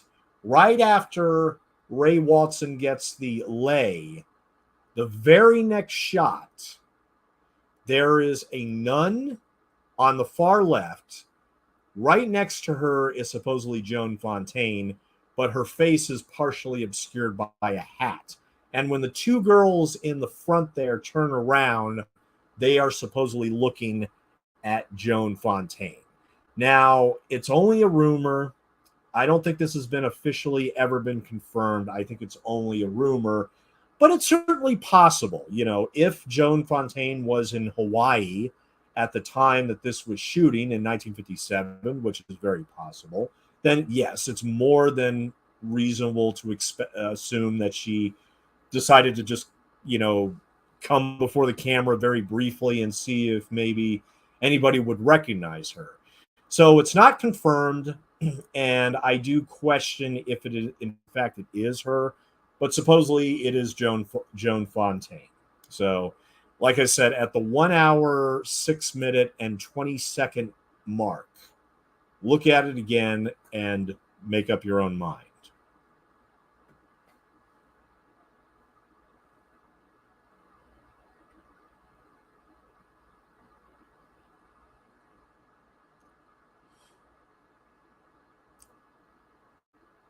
Yeah, I keep mentioning that 20th Century Fox, like I said, had some distribution rights, but technically this film's primary distributor was Magna, which was basically independently involved with Rodgers and Hammerstein and Todd A&O. And this is a Todd A&O picture, and I'll explain that in a minute because it's very, very important to this film's history. And of course, in the beginning, you see that massive credit for Todd A.O. in the beginning, and later on, when this film got a general release from Fox, presumably you would have gotten the Fox logo, but instead the film was presented in CinemaScope as opposed to Todd A.O., which was pretty much from Rodgers and Hammerstein and Magna Corporation. But Todd A.O. was an American post-production company founded in 1953 by Mike Todd and Robert Nafee, providing sound-related services to the motion picture and television industries For more than 5 decades, it was the worldwide leader in theater sound, and the company now operates one facility in the Los Angeles area. Todd AO is also the name of the widescreen 70 millimeter film format that was developed by Mike Todd and the Nafee brothers, owners of the United Artists Theaters, in partnership with the American Optical Company in the mid-1950s. Todd AO has been founded and promote and distribute in the system. So, yeah, I mean, the average size of film is 35 millimeter. That's what most films are shot in. But this has been blown up to 70 millimeter, which is very high resolution widescreen. And there were, in the 1950s, there were so many of these other processes like VistaVision. When people were only able to see color films in the theaters, and of course they became these massive roadshow events, and for good reason too. Absolutely. The company's focus began to shift after Mike Todd's sudden death in an airplane accident in 1958. The 70 millimeter Todd AO process was adopted by Panavision, Cinerama, and others. As the production and exhibition markets became saturated with Todd AO system hardware, the focus of the company gradually began to narrow down to the audio post-production side of the business, and Todd AO became an independent sound mixing facility for commercial motion pictures, films, and television after acquiring Glen Sound in 1986.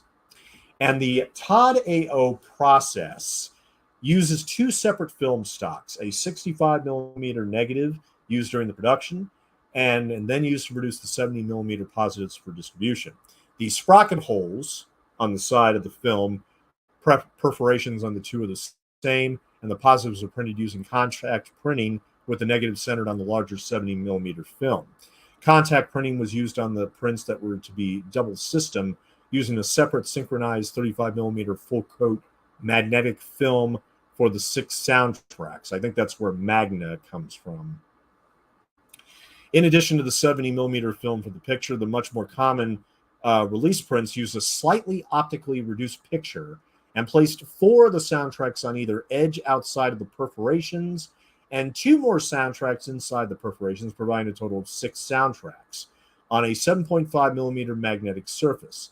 It is a common error to suppose that only 5 millimeter of space was devoted to the soundtracks, perhaps because writers do the math and find that 70 minus 65 equals 5, not allowing for a slightly reduced picture area to accommodate the 2 tracks inside the sprocket holes, as well as 4 outside, and perhaps because the souvenir program for Around the World in 80 Days made the same error.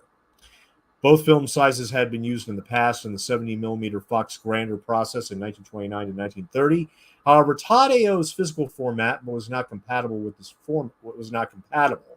The use of 65 millimeter photography and 70 millimeter printing became the standard adopted by others: Super Panavision 70, Ultra Panavision 70, and the same mechanically, but with a slight 1.25 anamorphic squeeze and accommodate extremely wide aspect ratios.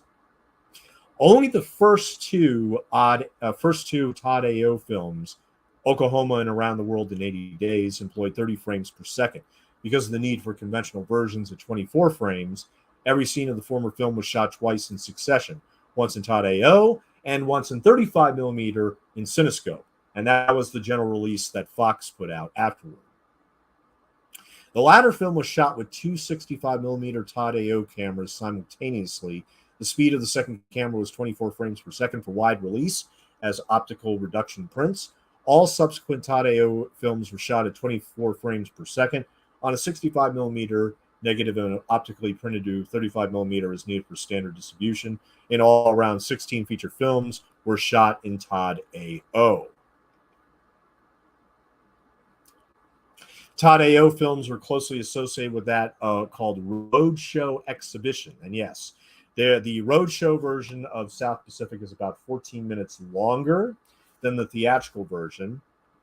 At the time, before multiplex theaters became common, most films opened at a large single-screen theater in the downtown area of each city before eventually moving on to neighborhood theaters.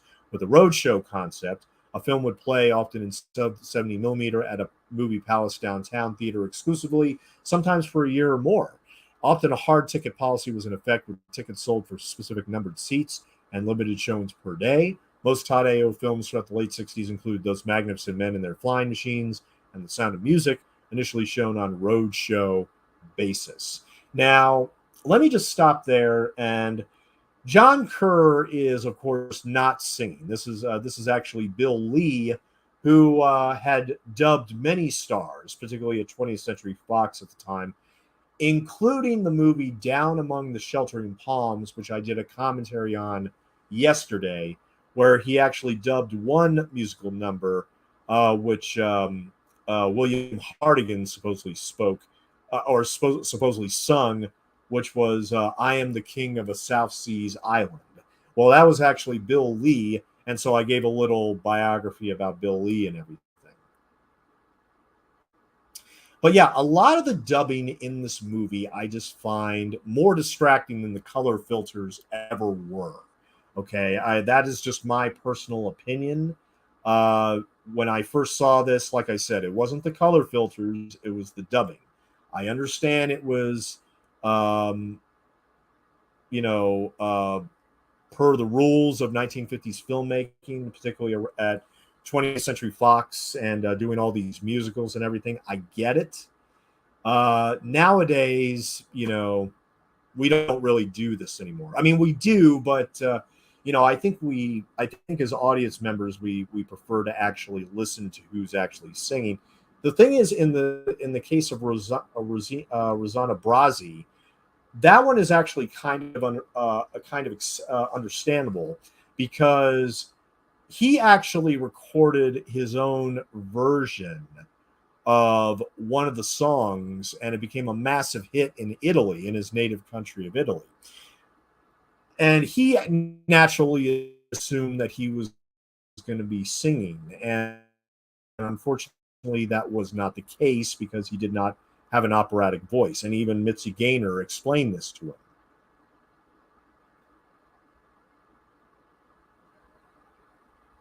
And just to let you know, the other films that were produced in 70mm Todd A.O. include Porgy and Bess, Can, The Alamo, Cleopatra, which is, I don't like Cleopatra at all. Let's just put it that way. That is, I mean, South Pacific is long, but Cleopatra is over long, and there's a massive difference there. And the other movies include The Bible, Dr. Dolittle, Star, Hello, Dolly, Airport, Patton, The Last Valley, and the last one was actually in 1992, a film called Baraka, which was a non-narrative documentary film directed by Ron Frick. The film is often compared to Koyaanisqatsi, the first of the Qatsi films by Godfrey Reggio, for which Frick served as cinematographer. It was photographed in the 70mm Todd A.O. format, and is the first film ever to be restored and scanned at 8K resolution.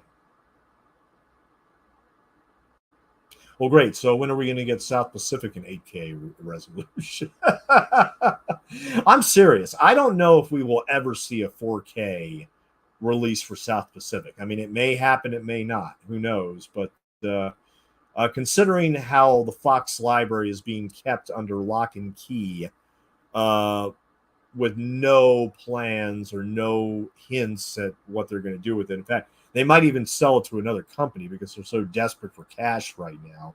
I mean, they've had so many failures in the past year. I dread to think who they might sell the Fox library to, which would include all the Rodgers and Hammerstein movies.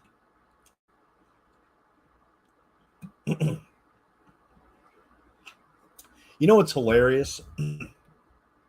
In my research, I discovered that the only Fox movie that Disney has pretty much gave full distribution to, Rocky Horror Picture Show. That's not a joke.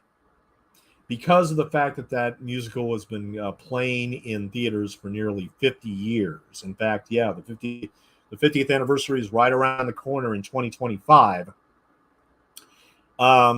South Pacific may have been the number one film of 1958, but it hasn't continuously played in theaters for nearly 50 years. That is true.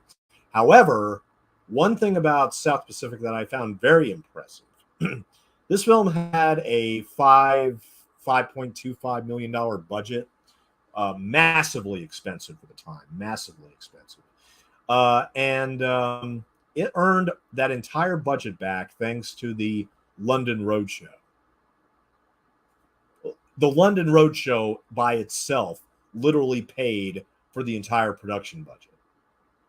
That is not counting the 17 million box office tally it got domestically here in the United States. And that certainly doesn't count the rest of the world. I mean, so that's extremely impressive on its own, you have to admit. You really have to admit that.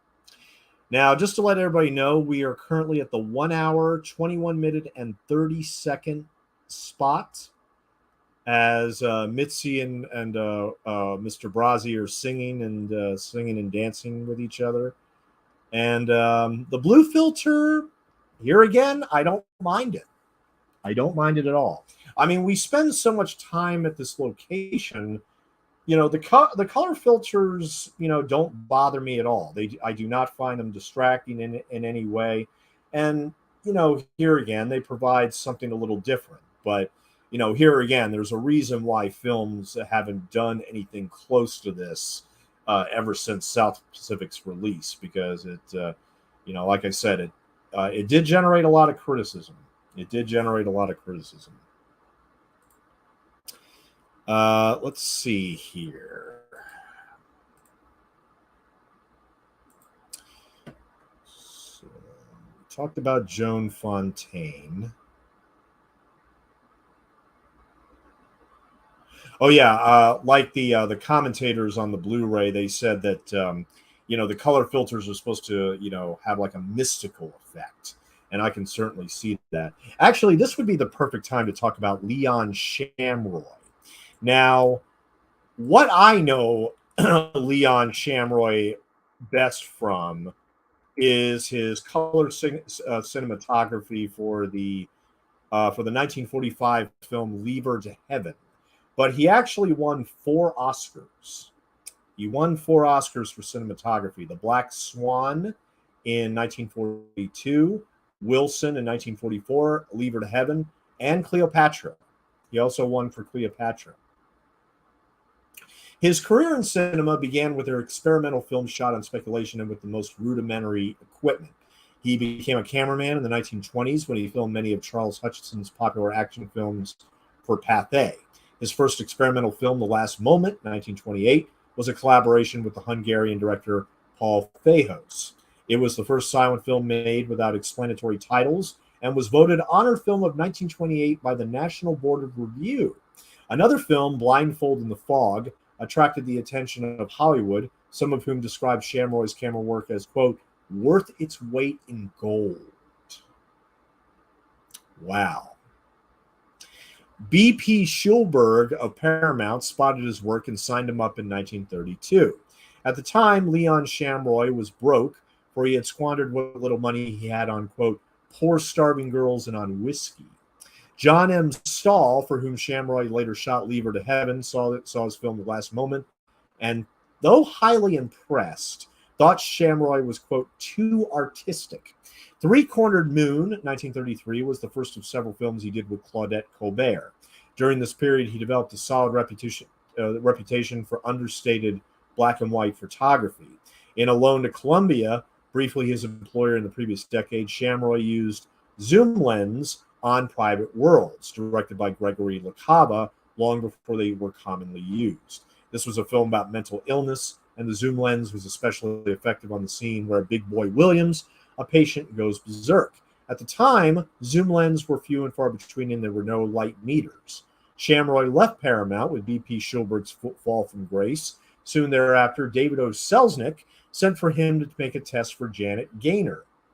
Yes, the Janet Gaynor whom Mitzi is named after. When she came to Hollywood, Mitzi changed her name to Mitzi Gaynor. However, to his dismay, Shamroy discovered that tests were being done of her by other cameramen to see which one they liked best. Carl Struess was one of the others. He took 12 hours to Shamroy's 20 minutes. Shamroy was hired to do the picture, The Young in Heart, in 1938. In 1946, he shot Marilyn Monroe's first screen test. On her screen test, he said, quote, I thought this girl will be another Harlow. Her natural beauty plus her inferiority complex gave her a look of mystery. I got a cold chill. This girl had something I hadn't seen since silent pictures. She had kind of a fantastic beauty like Gloria Swanson, and she got sex on a piece of film like Jean Harlow. Every frame of the test radiated sex. She didn't need a soundtrack. She was just creating effects visually. She was showing us she could sell emotions in pictures. Well, I'm going to be talking about Marilyn Monroe a lot more in my commentary tomorrow, which is going to be on There's No Business Like Show Business. But let me just say that South Pacific in its own right radiates a lot of sex as well. I mean, when John Kerr wakes up with Bloody Mary's daughter, I mean, yeah, that was cited by the production code. Like, how are we going to get away with this? And of course, they solved the issue by showing John Kerr actually arriving on the island with no shirt on, when it might have been considered initially, I'm not 100% sure, but that, they would start the scene with his shirt on, and then the next scene later at night, he would have his shirt off, implying that, yes, in fact, they had sex. But man, there is a lot of sexual tension in this movie. There really is. And here's Mitzi Gaynor acting her heart out. Acting her heart out right here. Mm-hmm. Shamroy was notable for being gruff and short-tempered, regularly clashing with directors Ruben Mamoulian, John M. Stahl, and Otto Preminger. He was also known for being a perfectionist, something that Fritz Lang and Henry Fonda found irritating during filming of You Only Live Once. He once claimed that Lee Garms will never see the day, and that he's good as I am, and that goes for anybody in the motion picture business, implying that he saw himself as better than any other cinematographer. He died in 1974 at the age of 72. He also shot The Snows of Kilimanjaro, which was actually one of the biggest hits of 1952. The Robe, and Love is a Many Splendid Thing. And he also shot The King and I, as well as The Agony and the Ecstasy, which was his very last film. And here we have finally reached the intermission, ladies and gentlemen, right here at approximately the 1 hour and a half mark, as Brazzi is singing his, or no, not Brazzi. We still have yet to talk about who dubbed. We still have yet to talk about who dubbed him, and we will do that after the intermission. But yeah, here is the intermission to South Pacific. I'm going to take a very brief break right quick, and by brief I mean like 60 seconds. So I'll be right back. Hold on.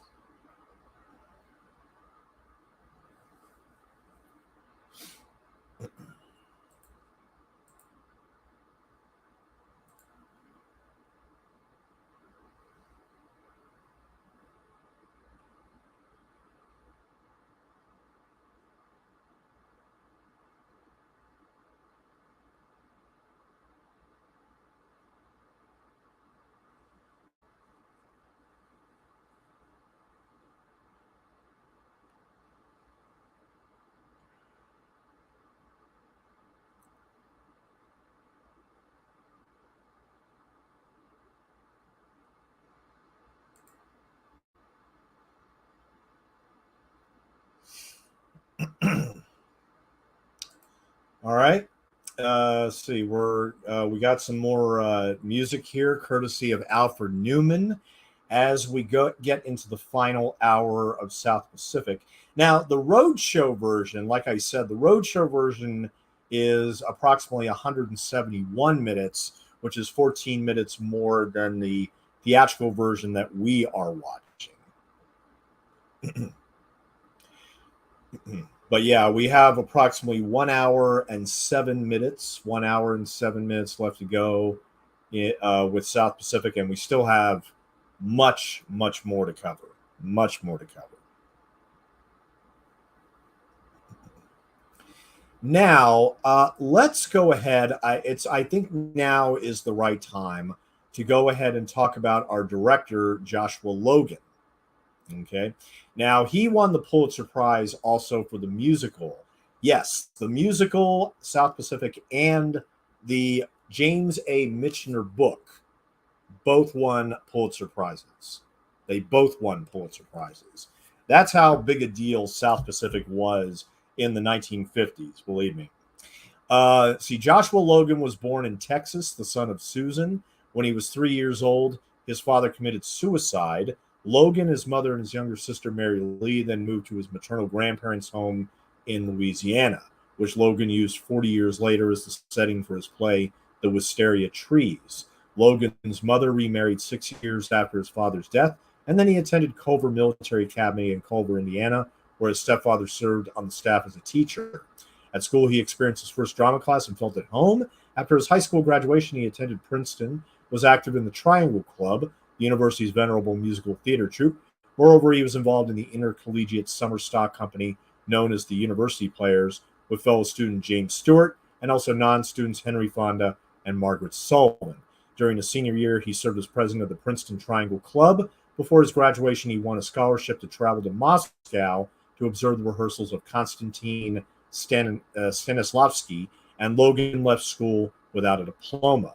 Back on Broadway, he staged It's You I Want and To See Ourselves, 1935, was stage manager for most of the game, and he staged Hell Freezes Over and returned to acting with A Room in Red and White. He went to Hollywood, where he did some dialogue directing on The Garden of Allah and History is Made at Night and Suez. Logan was given the chance to co-direct the feature film I Met My Love Again for Walter Wanger. Logan returned to Broadway, where he had his first major success as a director with Paul Osborne's On Borrowed Time, which ran for 321 performances. He followed it with the musical I Married an Angel, which ran for 331 performances. He directed Knickerbocker Holiday, Stars in Your Eyes, Mornings at 7, Two for the Show, and Higher and Higher. In 1942, Logan was drafted by the United States Army. During his service in the Army, he acted as a public relations and intelligence officer, and he was selected to become an assistant director of Irving Berlin's This Is the Army, and when in Europe, organized jeep shows of entertainers, serving as soldiers during their shows near the front lines. When the war concluded, he was discharged with the rank of captain.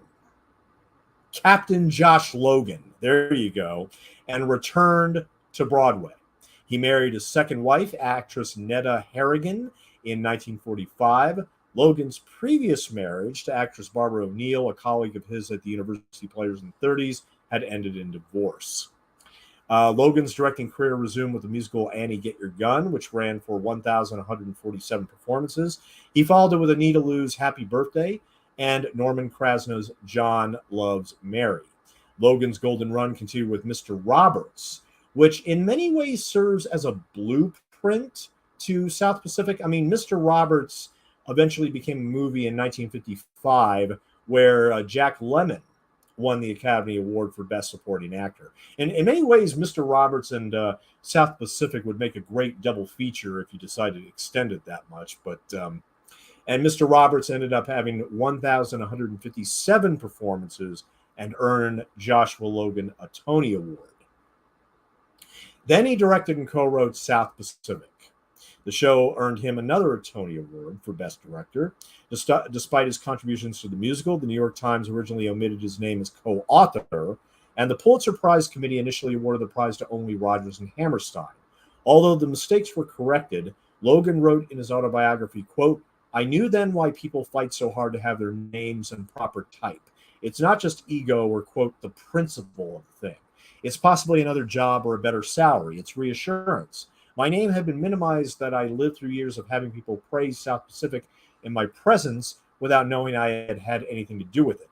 Logan wrote and produced and directed The Wisteria Tree, an adaptation of The Cherry Orchard, which was a minor success. He also co-wrote, co-produced, and directed the 1952 musical Wish You Were Here. After the show was not initially successful, Logan quickly wrote 54 new pages of material, and by the ninth performance, the show looked new. In its fourth week of release, the show sold out and continued to offer sellout performances for the next 2 years. He had another success with Picnic, the play by William Ing, which went for 477 performances, and Fanny, which Logan co-wrote, co-produced, and directed. When director John Ford became sick, Logan reluctantly returned to Hollywood to complete the filming of Mr. Roberts, and it was a success commercially and critically. Logan directed the film adaptation of his own Picnic, for which Logan received an Oscar nomination. Bus Stop with Marilyn Monroe, his next movie, was another hit, and Logan returned to Broadway directing Middle of the Night by Paddy Chayefsky, which ran 477 performances. He visited Japan to direct Marlon Brando in Sayonara, which earned him a second Oscar nod for Best Director. He did the movie version of South Pacific, and then went back to Broadway and directed Blue Denim, and the hugely popular The World of Susie Wong, and he produced Epitaph for George Dillon. He returned to Hollywood with Tall Story, which introduced Jane Fonda to movie audiences. Back on Broadway, he directed There Was a Little Girl, his first theater flop in years, running only 16 performances. Ouch. In Hollywood, he did the movie adaptation of Fanny, and he continued to alternate Broadway and Hollywood for the rest of the 60s. His Joshua Logan's 1976 autobiography, Josh, My Up and Down, In and Out Life, gives a frank account of his bipolar disorder. He appeared with his wife in the 1977 nightclub review Musical Moments, featuring Logan's most popular Broadway numbers, and he published Movie Stars, Real People, and Me in 1978. In 1979, he produced Larry Cohen's Trick on Broadway, and he directed Horowitz and Mrs. Washington, which ran for 6 performances. From 83 to 86, he taught theater at Florida Atlantic University in Boca Raton, Florida. He is also responsible for bringing Carol Channing to Broadway in Lend an Ear.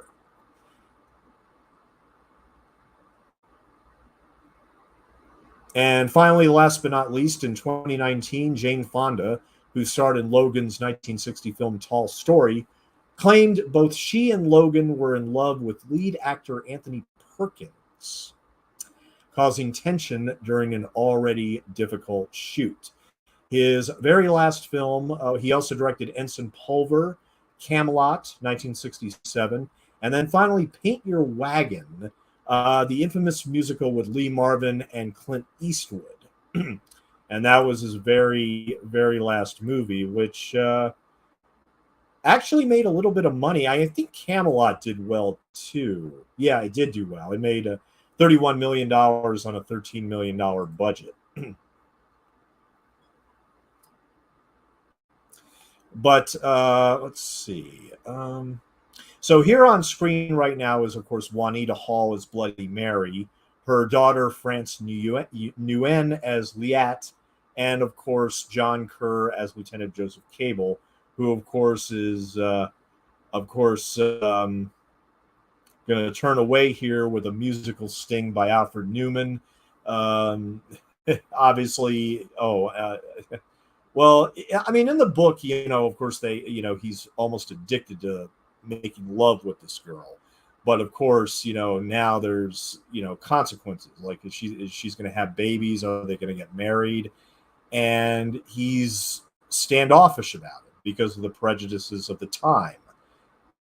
And of course, Juanita Hall understandably cannot stand it. This is a very powerful scene. France Nuyen, let's talk about her. She is still with us.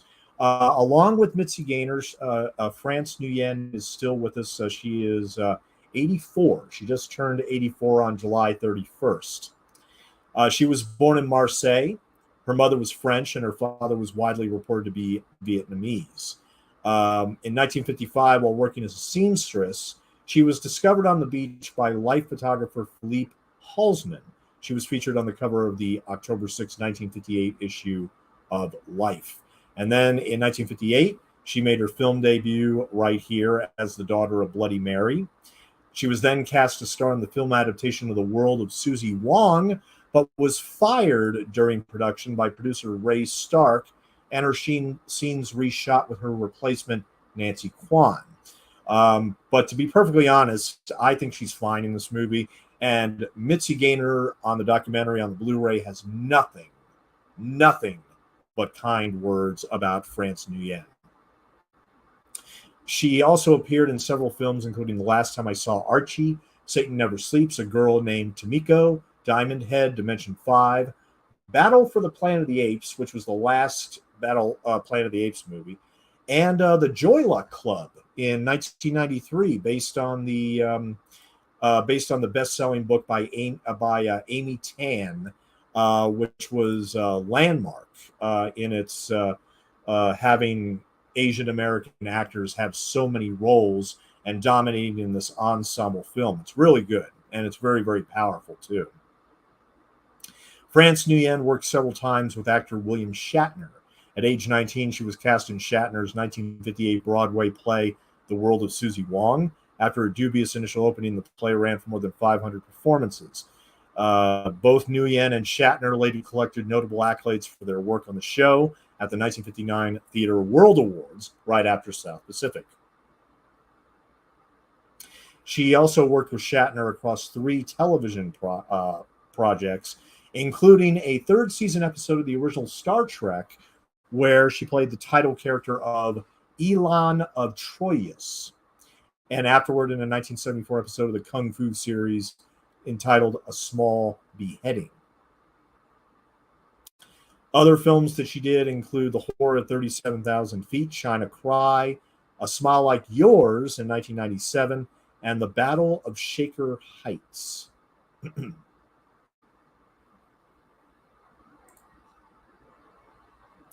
And this is Russ Brown as Captain George Brackett, who we met earlier when they are, of course, talking to John Kerr when he arrives, and they also talk to Rosanna Brazzi to find out exactly who he is and what he's doing on this island here. Is war is imminent. War is coming for them.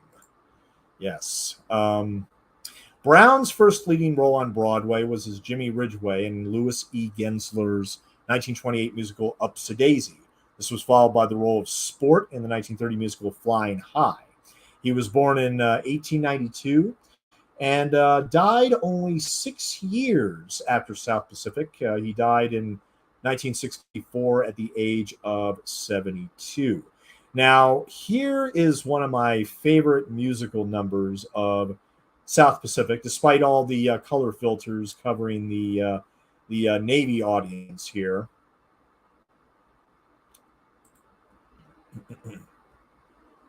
This is the Thanksgiving Follies, as they dub it in the movie, and this song is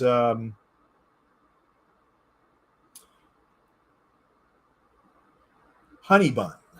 Yeah, the song is called Honey Bun. And earlier we heard Juanita Hall sing Happy Talk.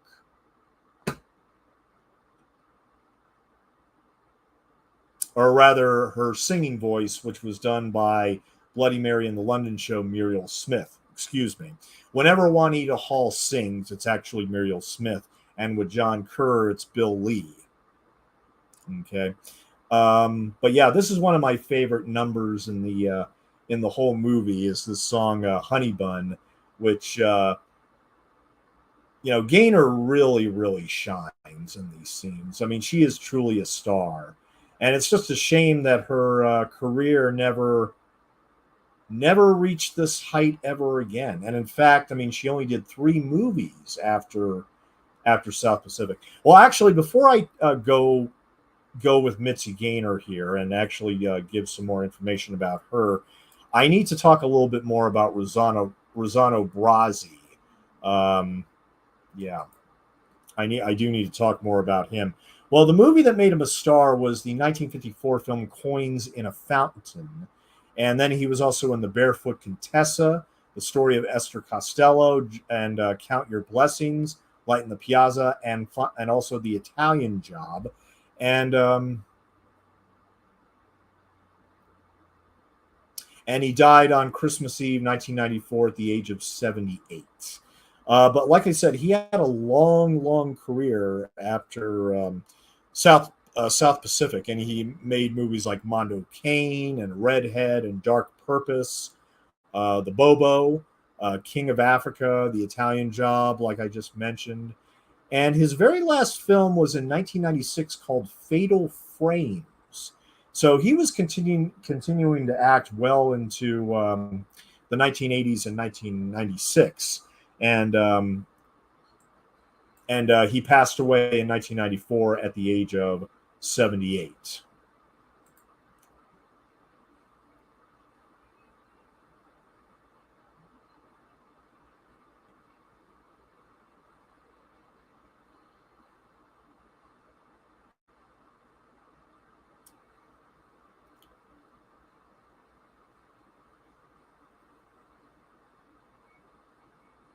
So let's go ahead and let's go ahead and talk about Mitzi now, because the whole purpose of this project and why it started from the very beginning is because of the fact I had never seen a Mitzi Gaynor movie up until 4 or 5 years ago, and I wanted to watch all of them, rank them, and eventually do commentaries on all of them.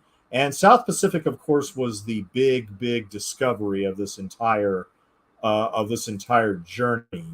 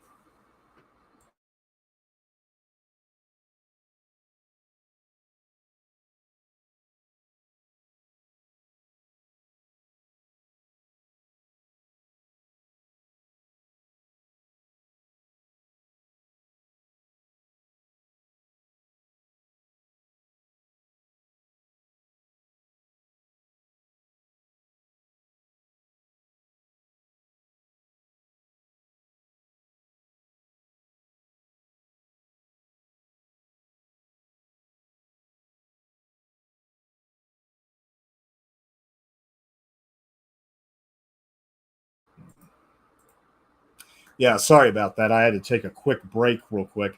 But we are at the 1 hour and 51 minute mark.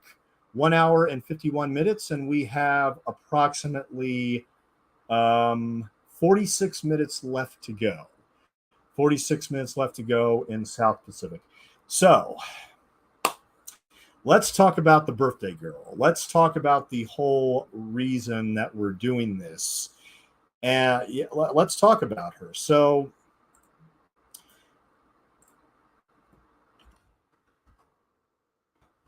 Mitzi Gaynor made 17 movies over the course of her career. Okay. She was born Francesca Marlene de Sanzi von Gerber on September 4th, 1931, okay, in Chicago, Illinois. She signed a 7-year contract with 20th Century Fox at the age of 17, but it must be noted that she had already been singing and dancing for 4 years before that happened. At the When she was 13, she was singing and dancing to the Los Angeles Civic Light Opera Company, and then she lied about her address so she could attend LeConte Junior High in Hollywood. She sang, acted, and danced in a number of film musicals, often paired with some of the biggest male musical stars of the day. A Fox studio executive thought that Mitzi Gerber sounded like the name of a delicatessen, and they came up with the name that used the same initials. Obviously, they were harking back to Janet Gaynor, who was a star in the 20s and the 30s, especially in films like Sunrise, which won an Oscar in 1927. Her film debut was in a film called My Blue Heaven, which I happen to have a copy of right here. We haven't done a commentary on it yet, but yeah, so this was her first film in this Betty Grable, Dan Daly vehicle. And both of them play a couple that they want to have a baby. They want to have a baby more than anything else. Um, unfortunately, they get into a car accident. She has a miscarriage. And so they transfer from radio to television. And so they seek to adopt a baby. Well, let's just say that when they go to a television and they start working there, Mitzi Gaynor makes her film debut as the commercial girl. She does like the toothpaste commercials, the Cosmo girl commercials, that kind of thing. And of course, she likes Dan Daly, even though he's married. And of course, Betty Grable is of course notices it immediately, and obviously decides to play a few games with Mitzi's character. But it was a great debut. It was a terrific debut. And then after that, she had a smaller role in a sorority drama called Take Care of My Little Girl, which I will be doing a commentary on, and I will be reading the book beforehand before doing that commentary. Then in 1952, she did We're Not Married, which was a anthology movie about a bunch of couples that are informed that they were basically married. When the person wasn't licensed when they thought they were licensed, so they send out letters and say, no, actually you're not married. So you either have to get remarried or just split up. So it's an anthology, and she appears in the very last segment with Eddie Bracken and Lee Marvin, of all people. And then she was in the I Don't Care Girl, playing the real life Eva Tangway, Golden Girl, Down Among the Sheltering Palms, which Down Among the Sheltering Palms and My Blue Heaven, they kind of predict South Pacific in many ways. I almost said South Park. But yeah, they predicted South Pacific in a few ways because, Mitzi Gaynor actually plays an island girl in Down Among the Sheltering Palms. And, of course, that movie was basically about this unit on this island that used to be controlled by the Japanese.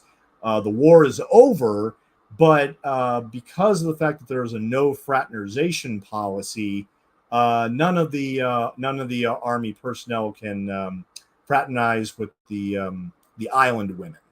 So, but William Lundigan, the captain, has 3 women all over him, including Jane Greer, Mitzi Gaynor is an island girl, and Gloria DeHaven, who comes out as a reporter and has her eyes on the captain like almost immediately. It's not very good. Even Mitzi herself on Twitter said it wasn't any good. It has a few things that I like. I mean, it has some nice songs in it. I mean, Mitzi is doing some interesting things. She said it was a lot of fun doing it, and she got to sing a song by Richard Arlen, which she was very happy about. But otherwise, it wasn't exactly a box office hit. In fact, it pretty much failed. And then in 1954, she did 3 Young Texans. She did a Western. And then Irving Berlin's There's No Business Like Show Business, which we will be doing tomorrow at 6 p.m. She was billed after Ethel Merman, Dan Daly, Marilyn Monroe, Donald O'Connor, and Johnny Ray. Now, in 1954, she married Jack Bean, a talent agent and public relations executive for MCA in San Francisco. They married in November of 1954. And she had just been released from 20th Century Fox with 4 years left under contract and decided with the time off to get married. And after their marriage, Bean quit MCA and started his publicity firm called Bean and Rose and managed Gaynor's career from moving forward. So there were some changes made. Gaynor cut her hair a little bit. And then she appeared in 3 films for Paramount. 2 of them were remakes. One, a remake of The Lady Eve called The Birds and the Bees. And then a remake of Anything Goes with Bing Crosby in 1956. And then in 1957, she did Les Girls, which is my personal favorite Mitzi Gaynor movie. I can't wait to get to that one. And then she did South Pacific when unfortunately the original actor on the stage had passed, as I said before. Mary Martin wasn't able to do the role at that point. And so now we have Mitzi Gaynor in the role. She only did 3 films. She only did 3 films after South Pacific. She did Happy Anniversary for United Artists, I believe. Then she did Surprise Package for Columbia with Yul Brynner, who was the star of The King and I. And then her last film was a Universal film that nobody remembers called For Love or Money. So only 17 films over the course of her entire career. And in fact, when I do the commentary for Love or Money, I plan to talk about this DVD right here, which I just got in the mail, Mitzi Gaynor, Razzle Dazzle, The Special Years, which basically has 8 full-length glittering musical performances where she did all these television specials and stage shows. I mean, she was basically a traveling act. You know, she would do Vegas and stuff like that. And she did that for basically the rest of her career after she stopped doing movies. But yeah, this has a lot of stuff to get through on it. The program is like an hour, and then there's like 80 minutes of extras. So I'm really looking forward to diving into this. And I forgot to mention The Joker is Wild. Yeah, she made another movie for Paramount called The Joker is Wild about Joe E. Lewis, who is played by Frank Sinatra. And it's funny, I mean, she tells the story on the Blu-ray for South Pacific on how she got the role of Nellie. It was actually very funny. What ended up happening is Josh Logan basically just told her, yeah, you got the part. Nellie is yours. And basically told her, go see Richard Rodgers. Well, Richard Rodgers basically had a cold when Mitzi Gaynor visited him. And when they were sitting down for tea, he basically asked her, could you mother? What he meant by that, even I didn't know this, but what he meant by that is that, could you pour the tea for me, because he's not feeling well and everything. And she completely misunderstood him. She just said, oh, no. My husband and I haven't had kids yet and all this other stuff. No. Could you pour the tea? But look, Richard obviously fell in love with her and basically told her, okay, you better go meet Oscar Hammerstein, which she did. And she ended up getting the part. And it was a dream role for her, and probably came out at the perfect time, after all the work she had done with Fox in the past. That was more than enough. That was more than enough to convince Rodgers and Hammerstein and Joshua Logan that she was their Nellie. And so she was cast. At the 1967 Academy Awards ceremony, she sang the theme for the film Georgie Girl. Gaynor later added the number to her concert repertoire. Through the 60s and 70s, she starred in 9 television specials that garnered 16 Emmy nominations.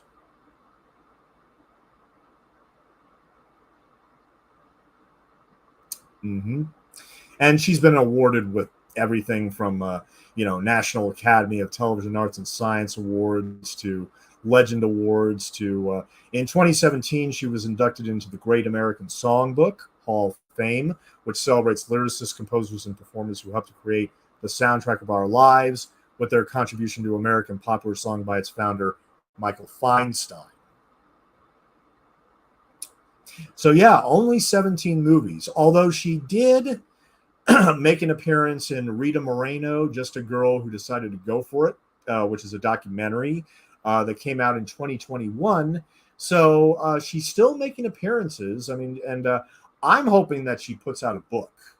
I mean, I'm going to be perfectly honest with you. I mean, I really do hope that Mitzi Gaynor puts out a book eventually, because I'm sure she has plenty of fans, considering the decades that she's been, doing shows and has been out there, doing her dance numbers and singing and everything. I would think there would be a lot of people that would want to read a autobiography on Mitzi Gaynor at this point. But it's also a damn shame that a lot of many of her films are still not readily available. I mean, My Blue Heaven and Bloodhounds of Broadway These are two really nice marquee musical DVDs that Fox put out in the day, and the films were restored, and they had bonus features. They got two great sets of bonus features. But like there's other films like Golden Girl, where Fox gave the film the worst kind of treatment you could imagine. I mean, it was unwatchable. It was unwatchable. I mean, it was almost like there was a blur effect where there was like two different images and they're so close to each other, but they still create that that effect or whatever. And it was just atrocious. It was absolutely atrocious. Now, thankfully, there is a much nicer print of Golden Girl available on YouTube that I will be able to utilize for the commentary. But we are coming upon another important song in South Pacific. I mean, see, that's the thing. I have no complaints about any of the music, any of the songs. It's all very, very, it's great stuff. It's great stuff. I mean, as a musical, I do think that it delivers in terms of the actual music and the lyrics. I mean, yeah, I mean, this is quality stuff. I mean, this is absolutely quality when it comes to Rodgers and Hammerstein. And here we have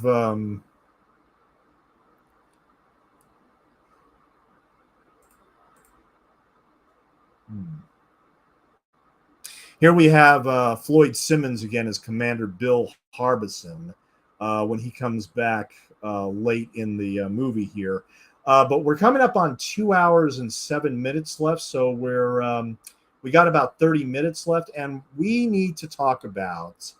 It's gotten to the point where we need to talk about Tom Laughlin. Tom Laughlin, a.k.a. Billy Jack. And we're going to see him flying his plane here in a minute here. Trying to remember the name of the plane because it had a very funny name to it. Yeah, he plays Buzz Adams, and you see him with the cigars in his mouth and everything. So, Laughlin was born in Milwaukee, Wisconsin, and he decided to become an actor after seeing a production of A Streetcar Named Desire. According to a 1956 newspaper interview, he became involved in the drama program at Marquette after being encouraged by a university professor, Father John J. Walsh. While a student, he formed a stock group and directed and starred in a production of Arthur Miller's All My Sons. He finally transferred to the University of South Dakota, where he majored in radio acting, directing, and producing. Oh yeah, the Bouncing Belch. Yeah, that's the name of his plane right here. He began his screen acting career in the 1955 television series Climax, and from there he went on to appear in several feature films, including These Wilder Years, Tea and Sympathy, which also had John Kerr, and Lafayette Escragil in 1958. Now, Tea and Sympathy, let me mention this one real quick. It's a drama film based on the Robert Anderson stage play directed by Vincent Minnelli and released by MGM. And it starred Deborah Kerr, John Kerr, and Leif Erikson, along with Edward Andrews, Daryl Hickman, Norma Crane, Tom Laughlin, and Dean Jones.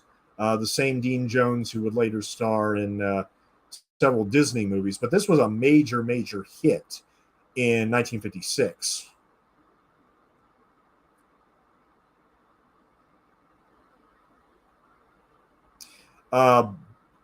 Bosley Crowther of the New York Times felt the film's edition of a postscript featuring an apologetic letter from the fallen woman was preachy, prudish, and unnecessary, and recommended that cinema goers leave after the line, "Years from now, when you talk about this, you will be kind." Deborah Kerr said in regard to the screenplay that, quote, "I think Robert Anderson has done a fine job." But yeah, that was a big hit in 1955 right there.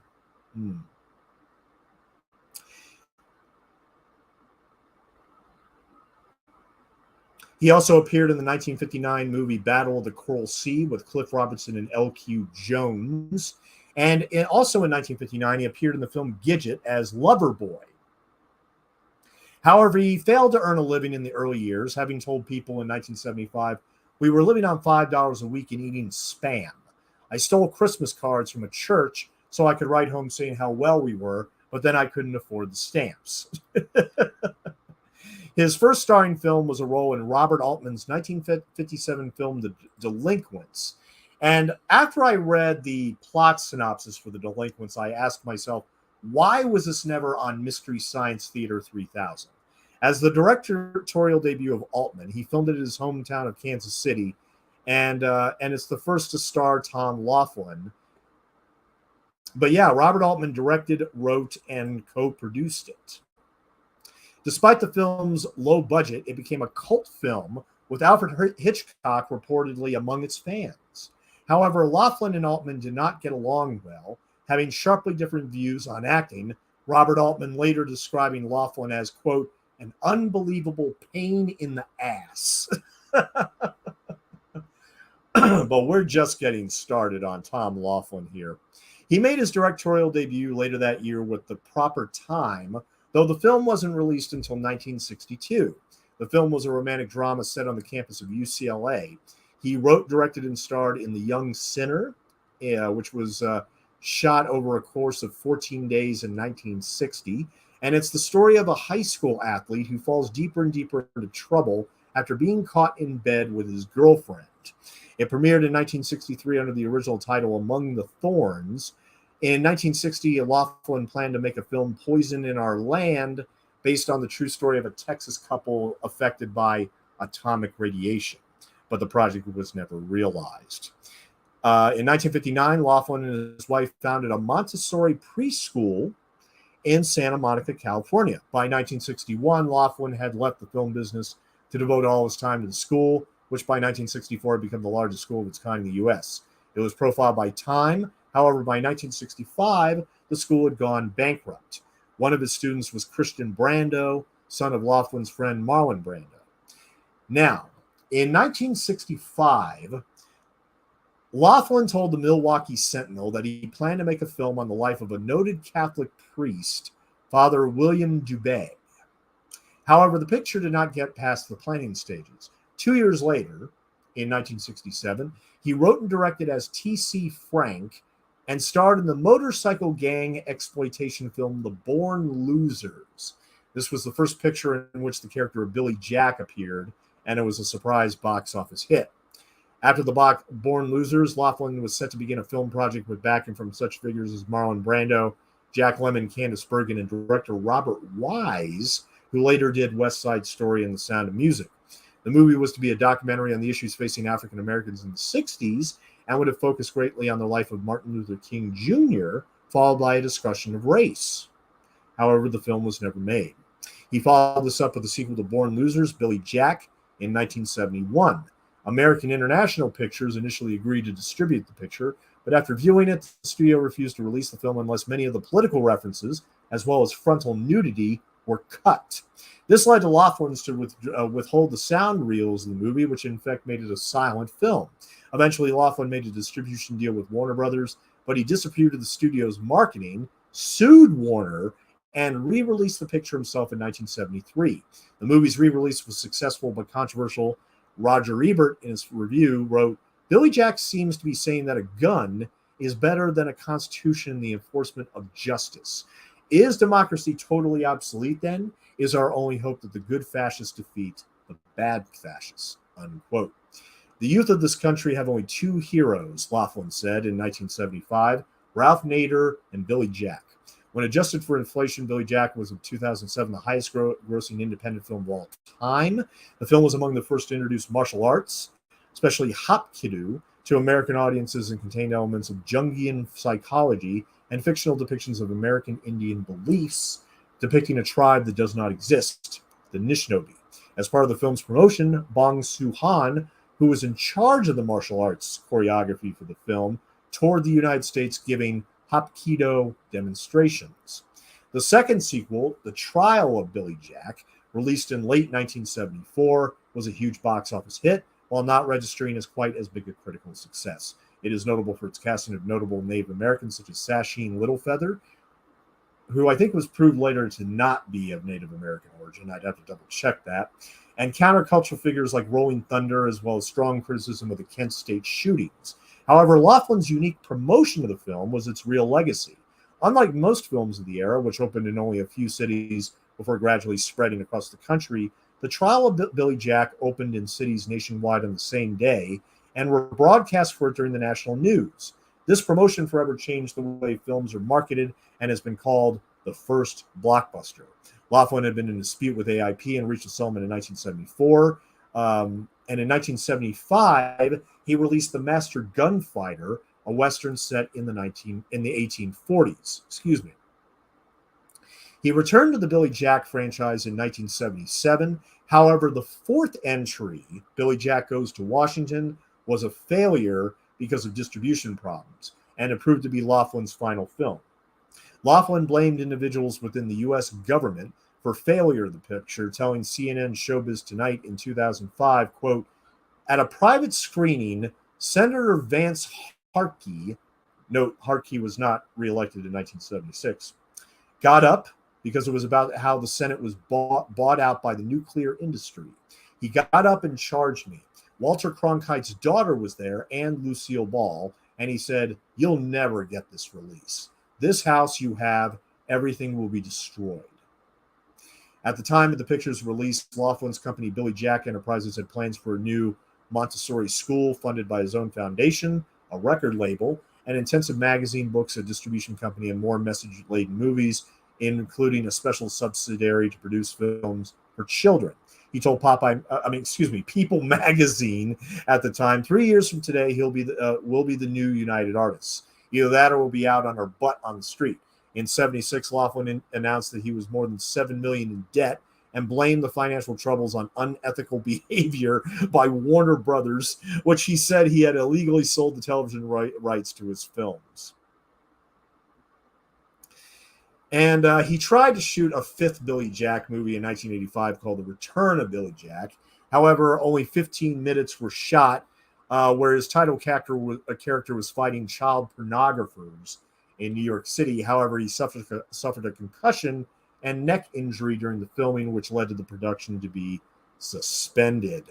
And he ended up passing away in 2013 at the age of 82. And he is officially gone from the screen of South Pacific. And needless to say, I will never watch any of his films. Despite my absolute love and support towards independent film of all decades, I never do want to see a Billy Jack film, with all due respect to that franchise's fans. Leave it at that.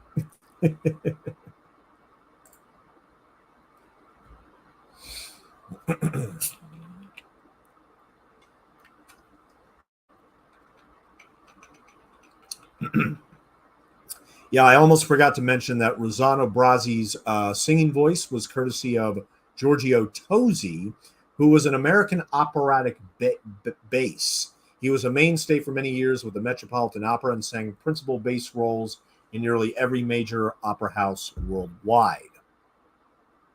In 1957, when South Pacific was being shot, he portrayed the title role in a nationally broadcast performance of Mussorgsky's Boris Godunov with the NBC Opera Theater. In 1958, he created the role of the Doctor in Barber's Vanessa, and in July of that year, he also recorded an album alongside Dame Julie Andrews in the operetta Rosemarie. The album was conducted by Lehman Engel with the New York Symphony Orchestra of London. Tosi was the recipient of 3 Grammy Awards: the 1960 Grammy for Best Classical Performance, Operatic or Choral for The Marriage of Figaro. In 1961, the Grammy Award for Best Opera Recording. And in 1963, the Grammy Award for Best Opera Recording for Sir Georg Solti's recording of Verdi's Ada. Tosi also sang the bass part in the recording of Sir Thomas Beecham's version of Handel's Messiah for Our Saved Victor in 1959. Tosi spent many years playing the role of Emile Debec himself in various revivals and road tours of the show, including one at the Lincoln Center in the late 1960s. In a return to live national television in 1964, He collaborated with the conductor Alfredo Antonioni in the role of Herod in CBS Television's adaptation of Hector Berlioz's oratorio La Enfants du Christ. In 1980, Tosi earned a Tony Award nomination for Best Leading Actor in a musical for his work as Tony in The Most Happy Fella. He was a professor at the Juilliard School, Brigham Young University, and Indiana University, and he served as Distinguished Professor of Voice at Indiana University's Jacobs School of Music from 1991 until he retired in 2006. And he passed away in 2011 at the age of 88. And last but not least, the very last cast member that we have to talk about is Ray Walston, who of course played Luther Billis. He earned a Tony Award for Best Actor for Damn Yankees in 1956, which set his career on fire. He was also in Kiss Me Stupid, The Sting. He was also in Popeye. Maybe that's why I thought of Popeye earlier. He actually plays Popeye's dad, and Popeye was actually played by Robin Williams. And that was also a musical. That was actually a musical. He actually did sing in that as well. So he was also in the 1992 version of Mice and Men. But of course, most people remember Ray Walston now from Fast Times at Ridgemont High, where, of course, he played Mr. Hand. And why he wasn't nominated for an Oscar for that, I don't know. And, of course, he was also on the very popular sitcom My Favorite Martian. And last but not least, his very last role... Well, actually, it was not his very last role. His last role was in a movie called Swing Vote. Oh, no, actually, he was in the 1999 version of My Favorite Martian with Christopher Lloyd. That was a movie version. But he actually played a chief in a movie called House Arrest in 1996 that I actually think is very underrated, where he plays a neighbor who gets suspicious of what's going on at the house next door, where evidently this kid whose parents are getting divorced, he freaks out, and he basically locks his parents in the basement for them to sort out their problems. And Ray Walston plays a retired police chief next door who, thinks that something weird is going on, and of course something is. He was also in Popcorn, Saturday the 14th Strikes Back, The Happy Hooker Goes to Washington, and he was also in Paint Your Wagon, also directed by Joshua Logan. There you go. But of course, his I think my personal favorite Ray Walston performance, though, is in The Apartment. I mean, he calls Jack Lemmon up early in the movie, and he's like, "Oh, hey, buddy boy, I was just into town, and I was thinking I'd give you a little buzz." And so he claims he picks up a woman that looks like Marilyn Monroe. And of course, he's talking to Jack Lemmon to get out of his apartment so he can, entertain this lady, even though he's married. And so, and he's begging Jack Lemmon over the phone, just give me 30 minutes. Just give me 30 minutes, man. Well, I mean, wonderful role, wonderful actor. So many great roles over the years. And and he was one of the main things about this movie I liked. That's what I'm saying. Ray Walston and Mitzi Gaynor are the only two actors in this movie that are not dubbed. All the other ones are dubbed. They are the only ones that are the exceptions. Mm-hmm. So we are coming up on 2 hours and 27 minutes. 2 hours and 27 minutes. And we have approximately 10 minutes left to go. We actually made it all the way through South Pacific. And let me just say that I am more or less a fan of this movie now. I am not a fan of the dubbing. I'm still not a fan of the dubbing. But here is Leon Shamroy's cinematography without the filters for once. So we get to enjoy the beach and the ships and everybody doing drills and formations and all that good stuff. But so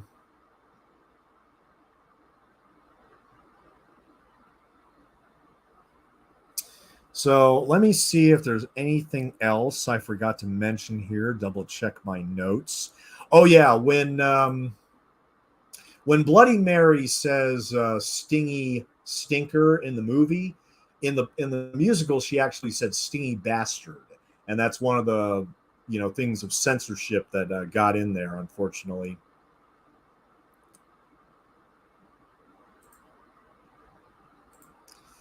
But let's see, I think that might be it. Oh, except last but not least, and this is a perfect way to close out the commentary. Let's talk about Fox's Blu-ray. Now, they did put out a 50th anniversary edition in 2009. Um, this version came out in 2014, and it includes the digital code, DVD, and Blu-ray. This is actually a 4-disc set. You get the theatrical version and sing-along subtitles on one Blu-ray. You get the extended roadshow version on both a Blu-ray and its own DVD, and but on the roadshow version on disc 2 only, that's where you can find the documentary Passion, Prejudice, and South Pacific, creating an American masterpiece documentary, which runs 94 minutes and is hosted and narrated by Mitzi Gaynor, who also graciously provides many interviews about working on South Pacific and everything. Wonderful, wonderful stuff. And it's pretty much a definitive documentary. And I did not repeat everything from the documentary. And I also did not repeat everything from the commentary that was supplied by, actually, I got to double check their names here real quick.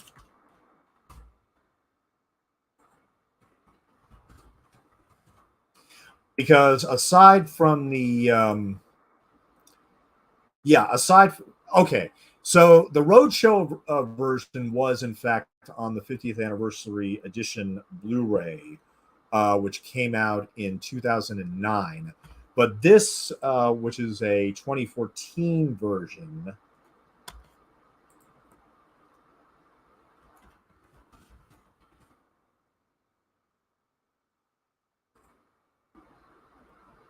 okay.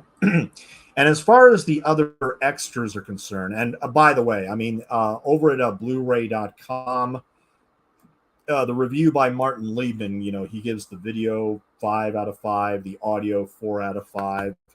And among the extras, we have a commentary.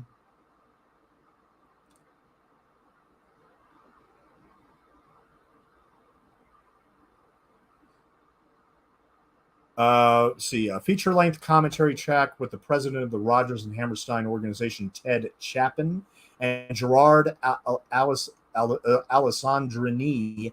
The pair share a wealth of knowledge about the history of the production, both the stage version and film iterations.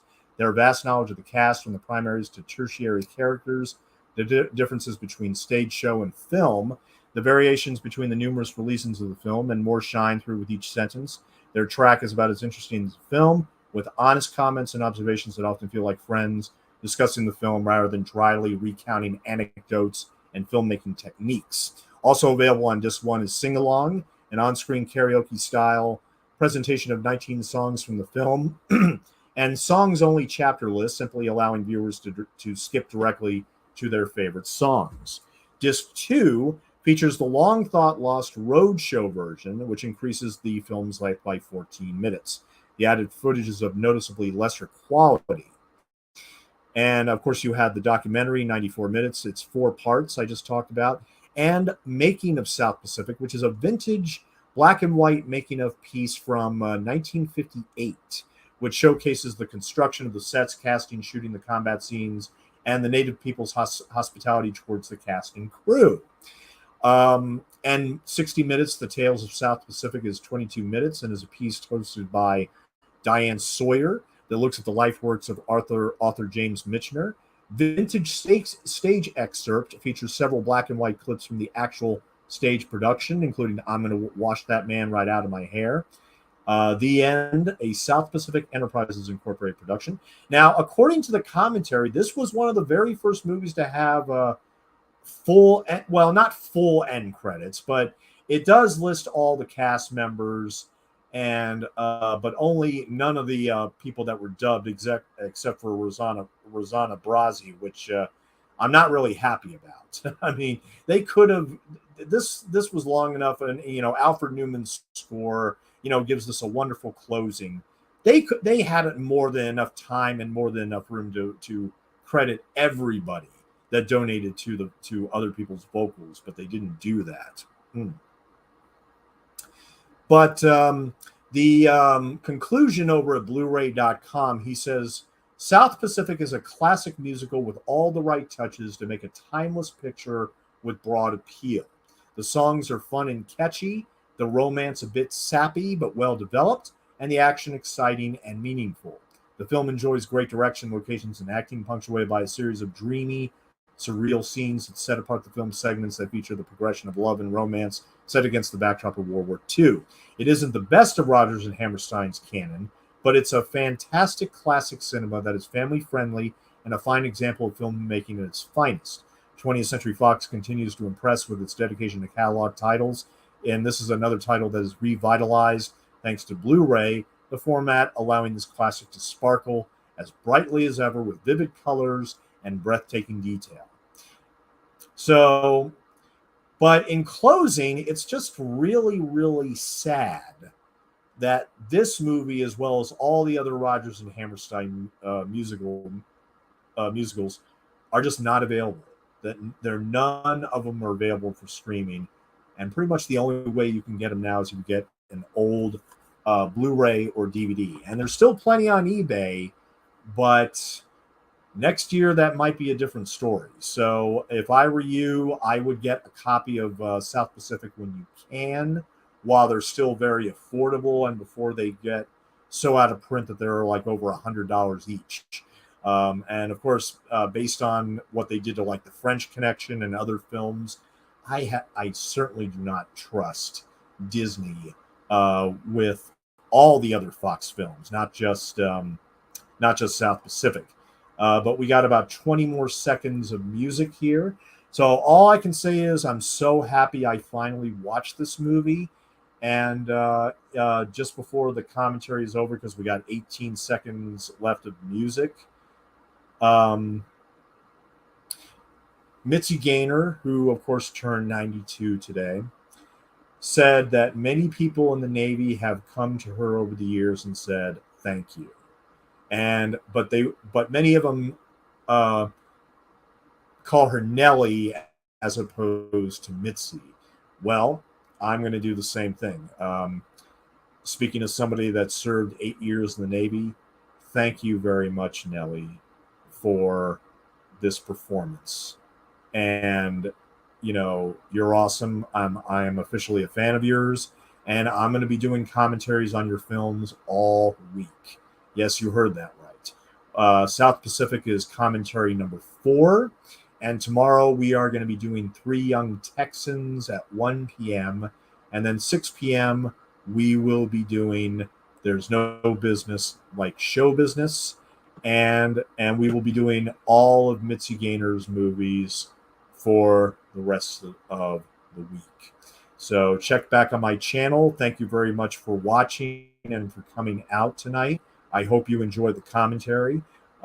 Surprisingly, I didn't get to actually reading a whole story from the James Michener book, but trust me when I say a lot of the characters are in here, and it's just been toned down a bit, and everything in terms of the racial slurs and everything. But I highly recommend the book. I highly recommend the movie. And like I said, please go ahead and check them out. I mean, they're very important pieces of 20th century art that we need to protect and preserve. And it's just a real, real shame that South Pacific, as with all the other Rodgers and Hammerstein's movies, are just not available. It's really, really sad. So happy birthday, Nellie. Thank you so much again. Thank you, everybody, for coming out tonight. And you all have a great evening. Thank you.